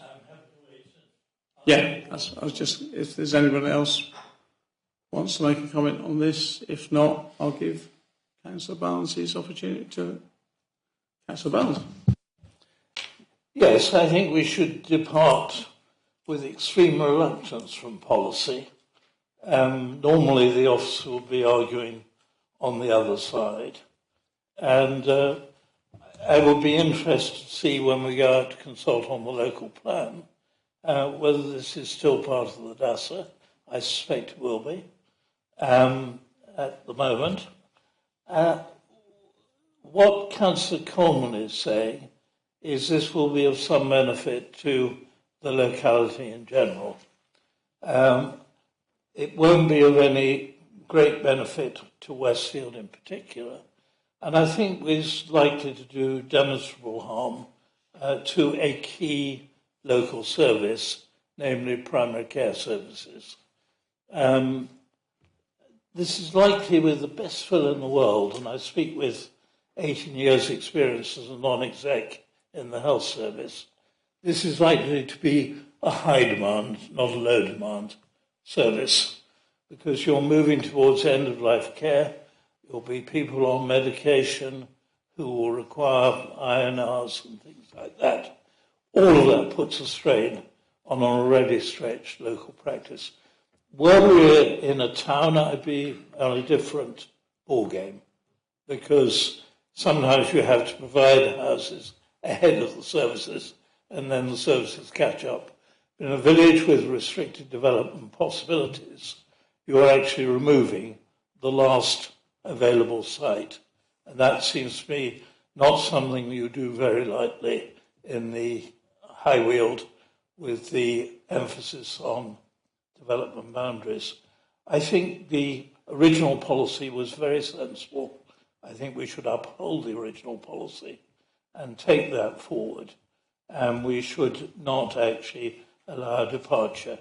I would say, in fairness to the organisation concerned, if we had to have a care home provider in this locality, they would probably be my choice. And if we were on a less restricted area in terms of development, then again I think they would have a strong case. But I think on this particular site, which is in the DASA, we really need to stick with policy and not breach it. Thank you. If there's no more comments, Councillor Gordon. Chair, yeah, I sort of agree with Councillor Barnes, I'm afraid, so I'm ready to vote. Okay, just before we do, within probity and planning, there is a suggestion that we should always let the officer give an opportunity to explain the implications of a contrary decision, such as we're making, and the likely appeal. So I don't know if that's Kemi or Kemi. Thank you, Chairman. Members, I think we've already sort of had this mentioned previously, that you do know that decisions contrary to officer's recommendation likely to be appealed, and sort of taking the cue from Councillor Coleman, what he said in terms of going contrary to officer's recommendation, especially where it's been demonstrated in the report that this is suitable alternative use for the site, be it is allocated for something else, but it's been demonstrated in the officer's report that this is a suitable alternative use for the site. In terms of other issues that's been mentioned, we've got conditions that can help to mitigate some of those issues in terms of the highways improvement and other things that they will be doing to improve the access to the site. I know that parking is another thing that's been mentioned. However, in that sense, it is the provision is actually, it exceeds the standards that East Sussex County highways require for such facility. And I do note and take account of members' concerns in terms of the additional stress and strain on the local primary care facilities in the area. But as you've heard from the applicant, they are moving, decanting from one site to a larger site. So the additional harm, is that sufficient to override, to take it into the harm that is being expressed by this committee? I mean, saying all of that, yes, if members do decide to refuse the application, it would be a difficult one to defend an appeal, but that will be down to Inspector taking account of all what's been presented to them. They do have access to members' meetings and the minutes, so yeah, I do think that it would be. It's unlikely for us to win this on appeal. Saying that as well, if we do get cost awarded against us, then that could, pull the figures high for us in terms of already limited budget we have. This development or this application is being discussed with officers for 2 years now. That is quite a significantly long time to discuss a relatively small development which you've got before you here. So we have to take account of that. Yes, there is likely chance that we could lose this on appeal, and it could cost us and also our quality of decisions, which is being monitored by by central government. Thank you, Chairman. Thank you, Kemi. So, sorry, Councillor Gore. Thank you, Chair. I sometimes wonder why I actually sit in this committee, actually, because I've had enough of sort of revolvers being pointed at my head, basically. I appreciate what you're saying, but I've heard this story many times before. Thank you. Yeah, it's not a revolver. It's actually in probity and planning that the officers should be given the opportunity to point that out. Yes, I understand that, but sometimes doesn't stop you making that decision. Doesn't stop you making the decision, but you should just be aware of the implications. And I will always invite the officers in future to do that. But okay, so I'm going to move to the vote, and I'm going to restate the motion if I can understand my writing and Councillor Brown's writing, so that it's quite clear what you're voting on. So the proposal is that it be resolved to refuse this application, contrary to the officer's recommendation, on the grounds that it is contrary to policy WES2 and detrimental to Westfield's ability to meet its housing needs. Further, the committee is not satisfied in regard to policy OSS3 that it would not have a markedly adverse impact on the provisions of primary care services to the village. All those in favour, please show. Please leave your hands up clearly so that can be counted. All those against?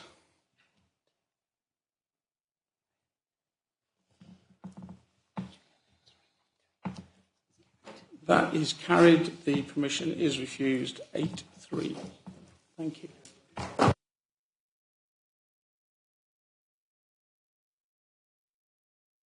Right. I'm now going to have a half-hour break, and we'll be back for items 9, 10 and 11 at 2:10. Unlike the 1:10, it won't be quite as flexible, and I'll be back in at 2:10. Thank you.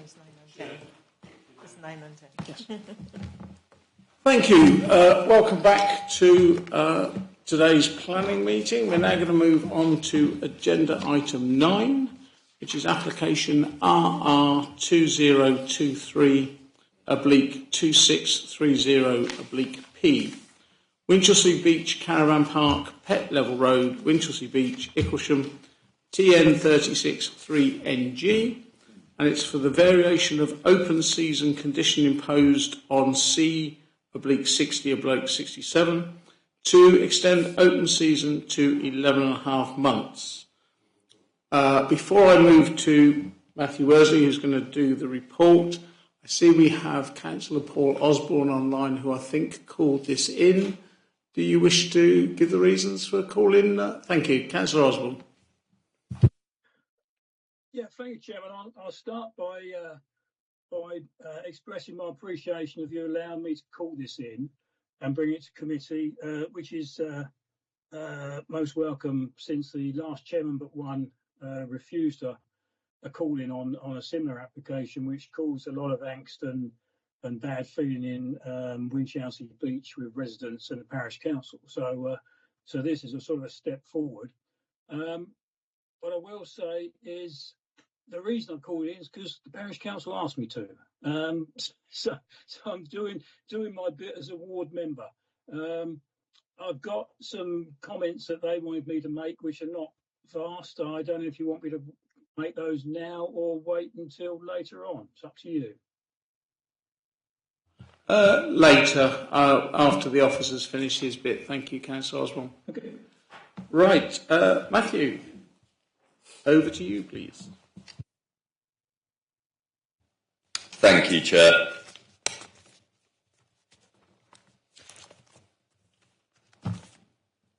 The site is Winchelsea Beach Caravan Park within the parish of Icklesham. The proposal before you is to vary a condition imposed on the 1960s planning permission, which restricts occupation of the holiday caravans to between the 1st of March and the 31st of October yearly. The proposed variation of condition would allow occupation of the caravans, again for holiday purposes, not permanent residential, for 11.5 months of the year, and this would be from the 1st of March to the 14th of February the following year. So there would be two weeks where they wouldn't be occupied. Local and national planning policies are supportive of tourist-related developments. They seek to retain and increase supply in suitable locations. This application relates to an established site which has operated since the 1960s. The extension of occupancy would allow for more tourist opportunities within the district during the winter months. It would also bring the site into line with other holiday caravan sites in the locality. You will note in the officer's report that details of similar sites are listed paragraph 7.2.3, which is on page 73. So you've got five separate sites there where, and some of those are for 50-week occupancy. One of the key issues explained within the officer's report is to do with flood risk. The site is located within a high-risk flood zone. However, it is an established holiday site, occupied by 57 caravans. The applicant has provided a flood risk assessment, and we have consulted the Environment Agency during the application. They raised no objection to the extension of occupancy, but do advise us to consider the adequacy of the evacuation arrangements and emergency plan. This is appended to the applicant's flood risk assessment, which has been reviewed.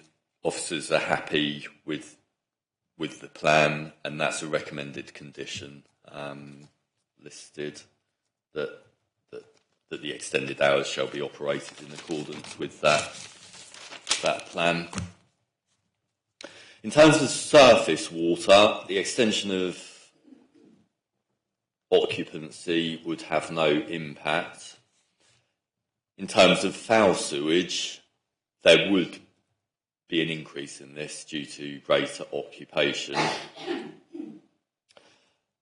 Investigations during the application have revealed that the site is not connected to the public sewer due to separation and land ownership issues. They dispose of waste to a cesspit. This is emptied by a registered waste handler, which is all regulated by the Environment Agency.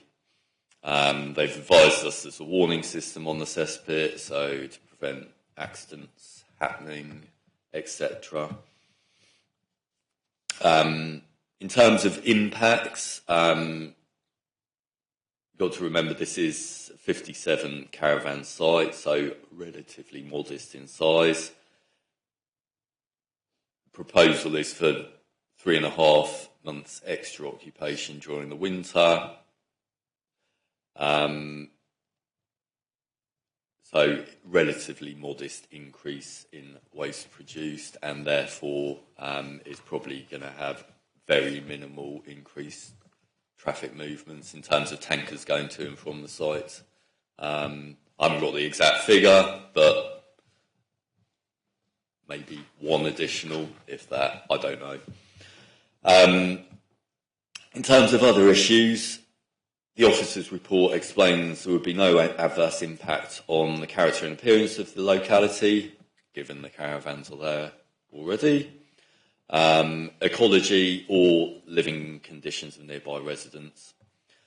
For the reasons explained, the recommendation is to support the extension of occupancy. Members should also note that additional conditions are recommended to prevent permanent occupation of the caravans, so restrict it to holiday occupation only, and that the development will operate in line with the flood warning and evacuation plan. Thank you. Thank you, Matt. This isn't subject to a public speaking, but we will hear now from the ward councillor, Councillor Osborne again, before we go to questions for the officer. Thank you. Councillor Osborne. Thank you, Chairman. Yeah, if I can just sort of read out what the Icklesham Parish Council's Planning Department sent me. I quote, the caravan park is currently on cesspits, as the officer said. The increase in opening hours would mean that more tankers on the road would be required. This is a particular concern during the winter months when there's already multiple tankers in Winchelsea Beach due to the insufficient main sewage system. What else we got? Yeah, they said the applicants don't expect a lot of extra visitors during the winter. So then they question, well, why would you need the extended opening times? Seems a fair enough question. During the winter, the other caravan parks in Winchelsea Beach are flooded. I've personally turned up to Icklesham Parish Council meetings and had a photograph of a flooded caravan park stuffed under my nose. Said, what are you going to do about that? And I said, well, not a lot because it's private. So there's that. But people say they can't get back and forth to their caravans. Well, you know, and the question is, people say they. I'm told that people are living there, but I'm satisfied that their environmental health team are satisfied that people are not living there full time. So there's concerns over the surface flooding. Flood risk assessment provides assertion they would deal with these situations. That has again hopefully been covered off by the officer. And there could just concern with additional tankers and traffic during the winter. That's all they sort of asked me to say. I can see their concern. My other concern is if they upgrade the site, I know now that you have to put a larger concrete base on underneath new caravans so you can anchor them down. That in turn increases the level of hard standing and reduces the sort of soak away effect of the grass that would have been there, and then exacerbates any surface water flooding. So that's just another thing to consider, because if the argument I've heard is that caravans have to be on a concrete base now, chained down, so if there is a flood, they don't float away with you in it. So that's that one. That's all I've got to say. Thank you, Chairman. Thank you, Councillor Osborne. Councillor Ganley, you wanted to ask a question? I note that there are no long-term residents in this site, although I'd like to know what checks are made to validate the claim that there are no long-term residents, because I presume that the short-term residents do not pay council tax down there. So what checks are done to ensure that there are no long-term residents? Thank you. Mr. Worsley. Yeah. Thank you, Councillor. If there were concerns over permanent occupation, that could be reported to our enforcement team for investigation. We are proposing restrictive conditions to holiday use only. On top of that it is a licensed site, so Environmental Health license the site. They do yearly inspections. There'll be a long list of conditions that they have to comply with, and operators are usually strict and do their own checks. So you've got that on top. So you've got 3 levels of monitoring or checking. Yeah, I understand that it would come to somebody to report it to enforcement rather than a regular check. Thank you. Councillor Gray. I was only going to add that it's actually spelled out on page 75, number 4, right at the bottom of that page, under the conditions, just to help you. Page 85. Thank you. Councillor John Barnes.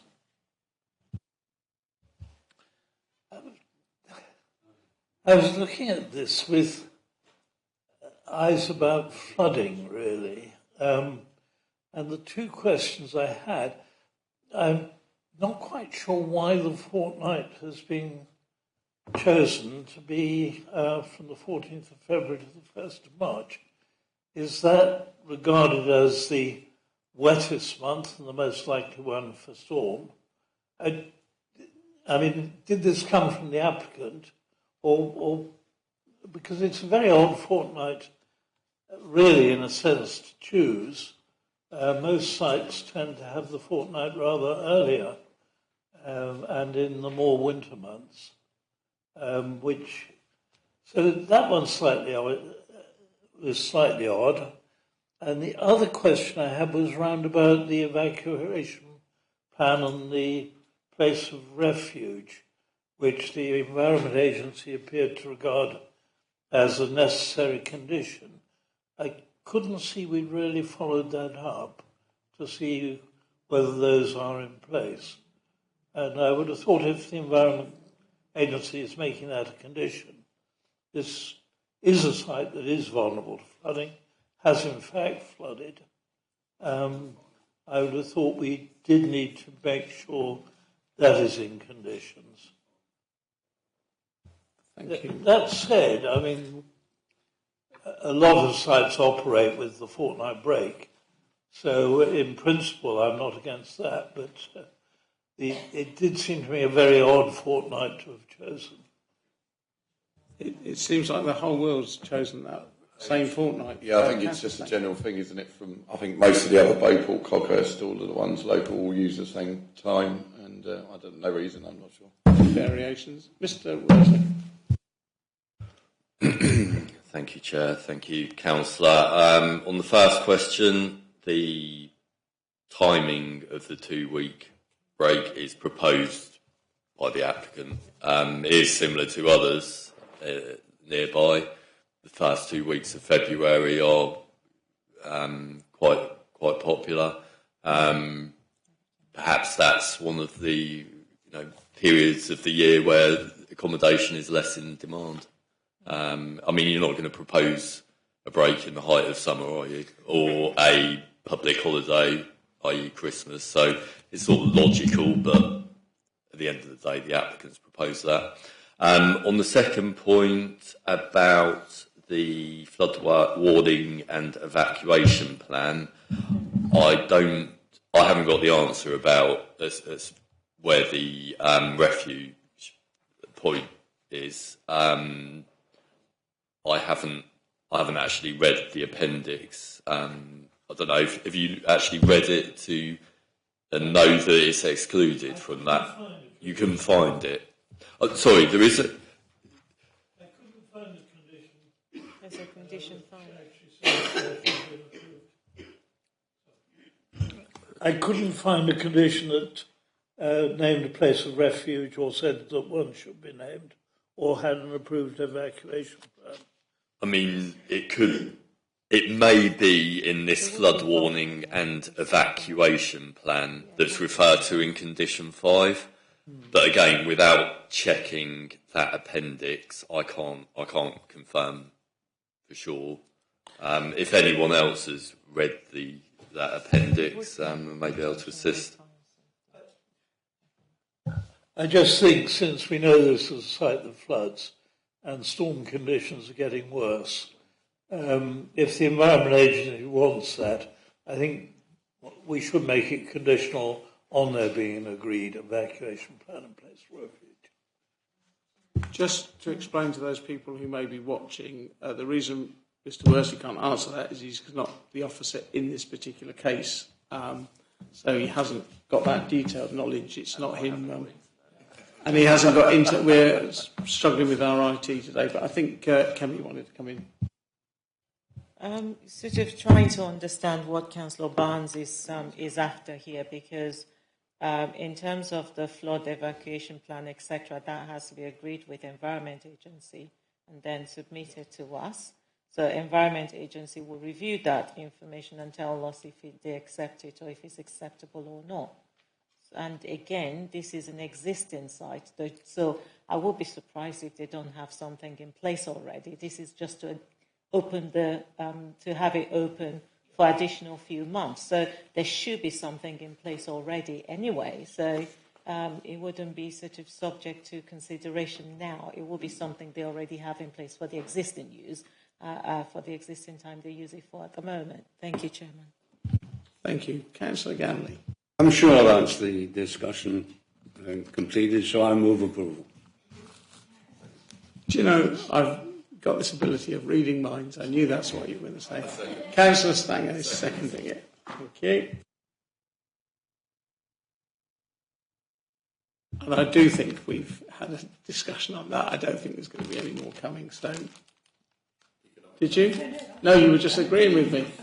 Oh, that's the first time for everything. So we'll put that to the vote. All those in favour of granting full planning permission in this case, please show. Thank you. That's unanimous. I've got a ceiling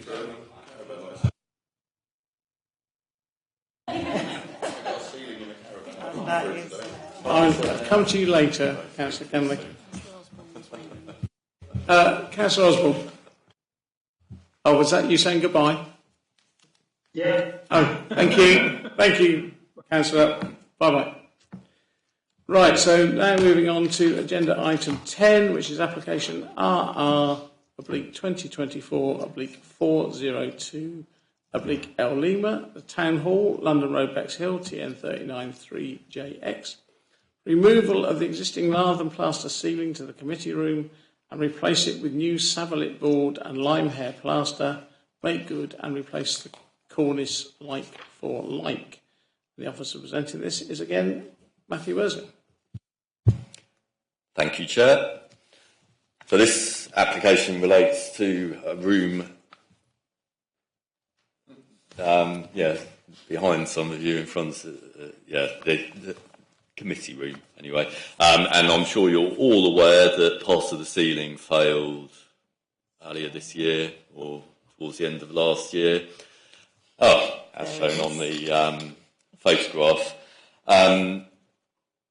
Following that, we as the council got a conservation expert involved as well as a structural engineer to assess what was going on. There's been more investigative works, and it's transpired that the ceiling is overloaded with material. So the historic lime plaster that's been put on is too thick, hence the failure. The proposal is to remove the rest of it, but keep cornicing and nice architectural, keep nice architectural features and replace it with this Savalit board. A Savalit board is a wood fibre board that is vapour permeable and compatible with traditional finishes such as lath and plaster. So this is agreed by the conservation consultant, our conservation officer, the structural engineer. So it's going to preserve the listed building, the town hall, mean that we can all use the room again, hence it's recommended for approval. Thank you, Matthew. Again, this is not subject to the public speaking scheme, and there is no ward member. So it's open for questions to the officer. Councillor Coleman. Thank you, Chair. Presuming there are no questions to the officer, I suggest we move to discussion. And on that, to start the discussion, I would like to say that I think having a ceiling is better than not having a ceiling. And whilst I remain open to others telling us why it's better to not have a ceiling, I'm minded to move approval. So you mean we're not being asked in this case to decide between this or nothing? It's this or another ceiling. Right, so that's been moved by Councillor Coleman, seconded by Councillor Creaser, but Councillor Stanger. Right, I was. What has been used, but that's not really appropriate. Right, Councillor Barnes, sorry. I do have a genuine question, which is presumably this substitute is precisely what we would recommend in other listed buildings. Just for the record, I think it's important that that question is asked and answered. Yes, and as explained, we've got the conservation consultant, our conservation officer, as well as the structural engineer, giving this the thumbs up. It's appropriate to the listed building and is used in other historic buildings, listed buildings. Is the council's building as well. Thank you. I like to see the lime hair plaster. One of my family did a course on that. Right, so we'll move to the vote then. All in favour of granting this permission, please show. Thank you. That's unanimous.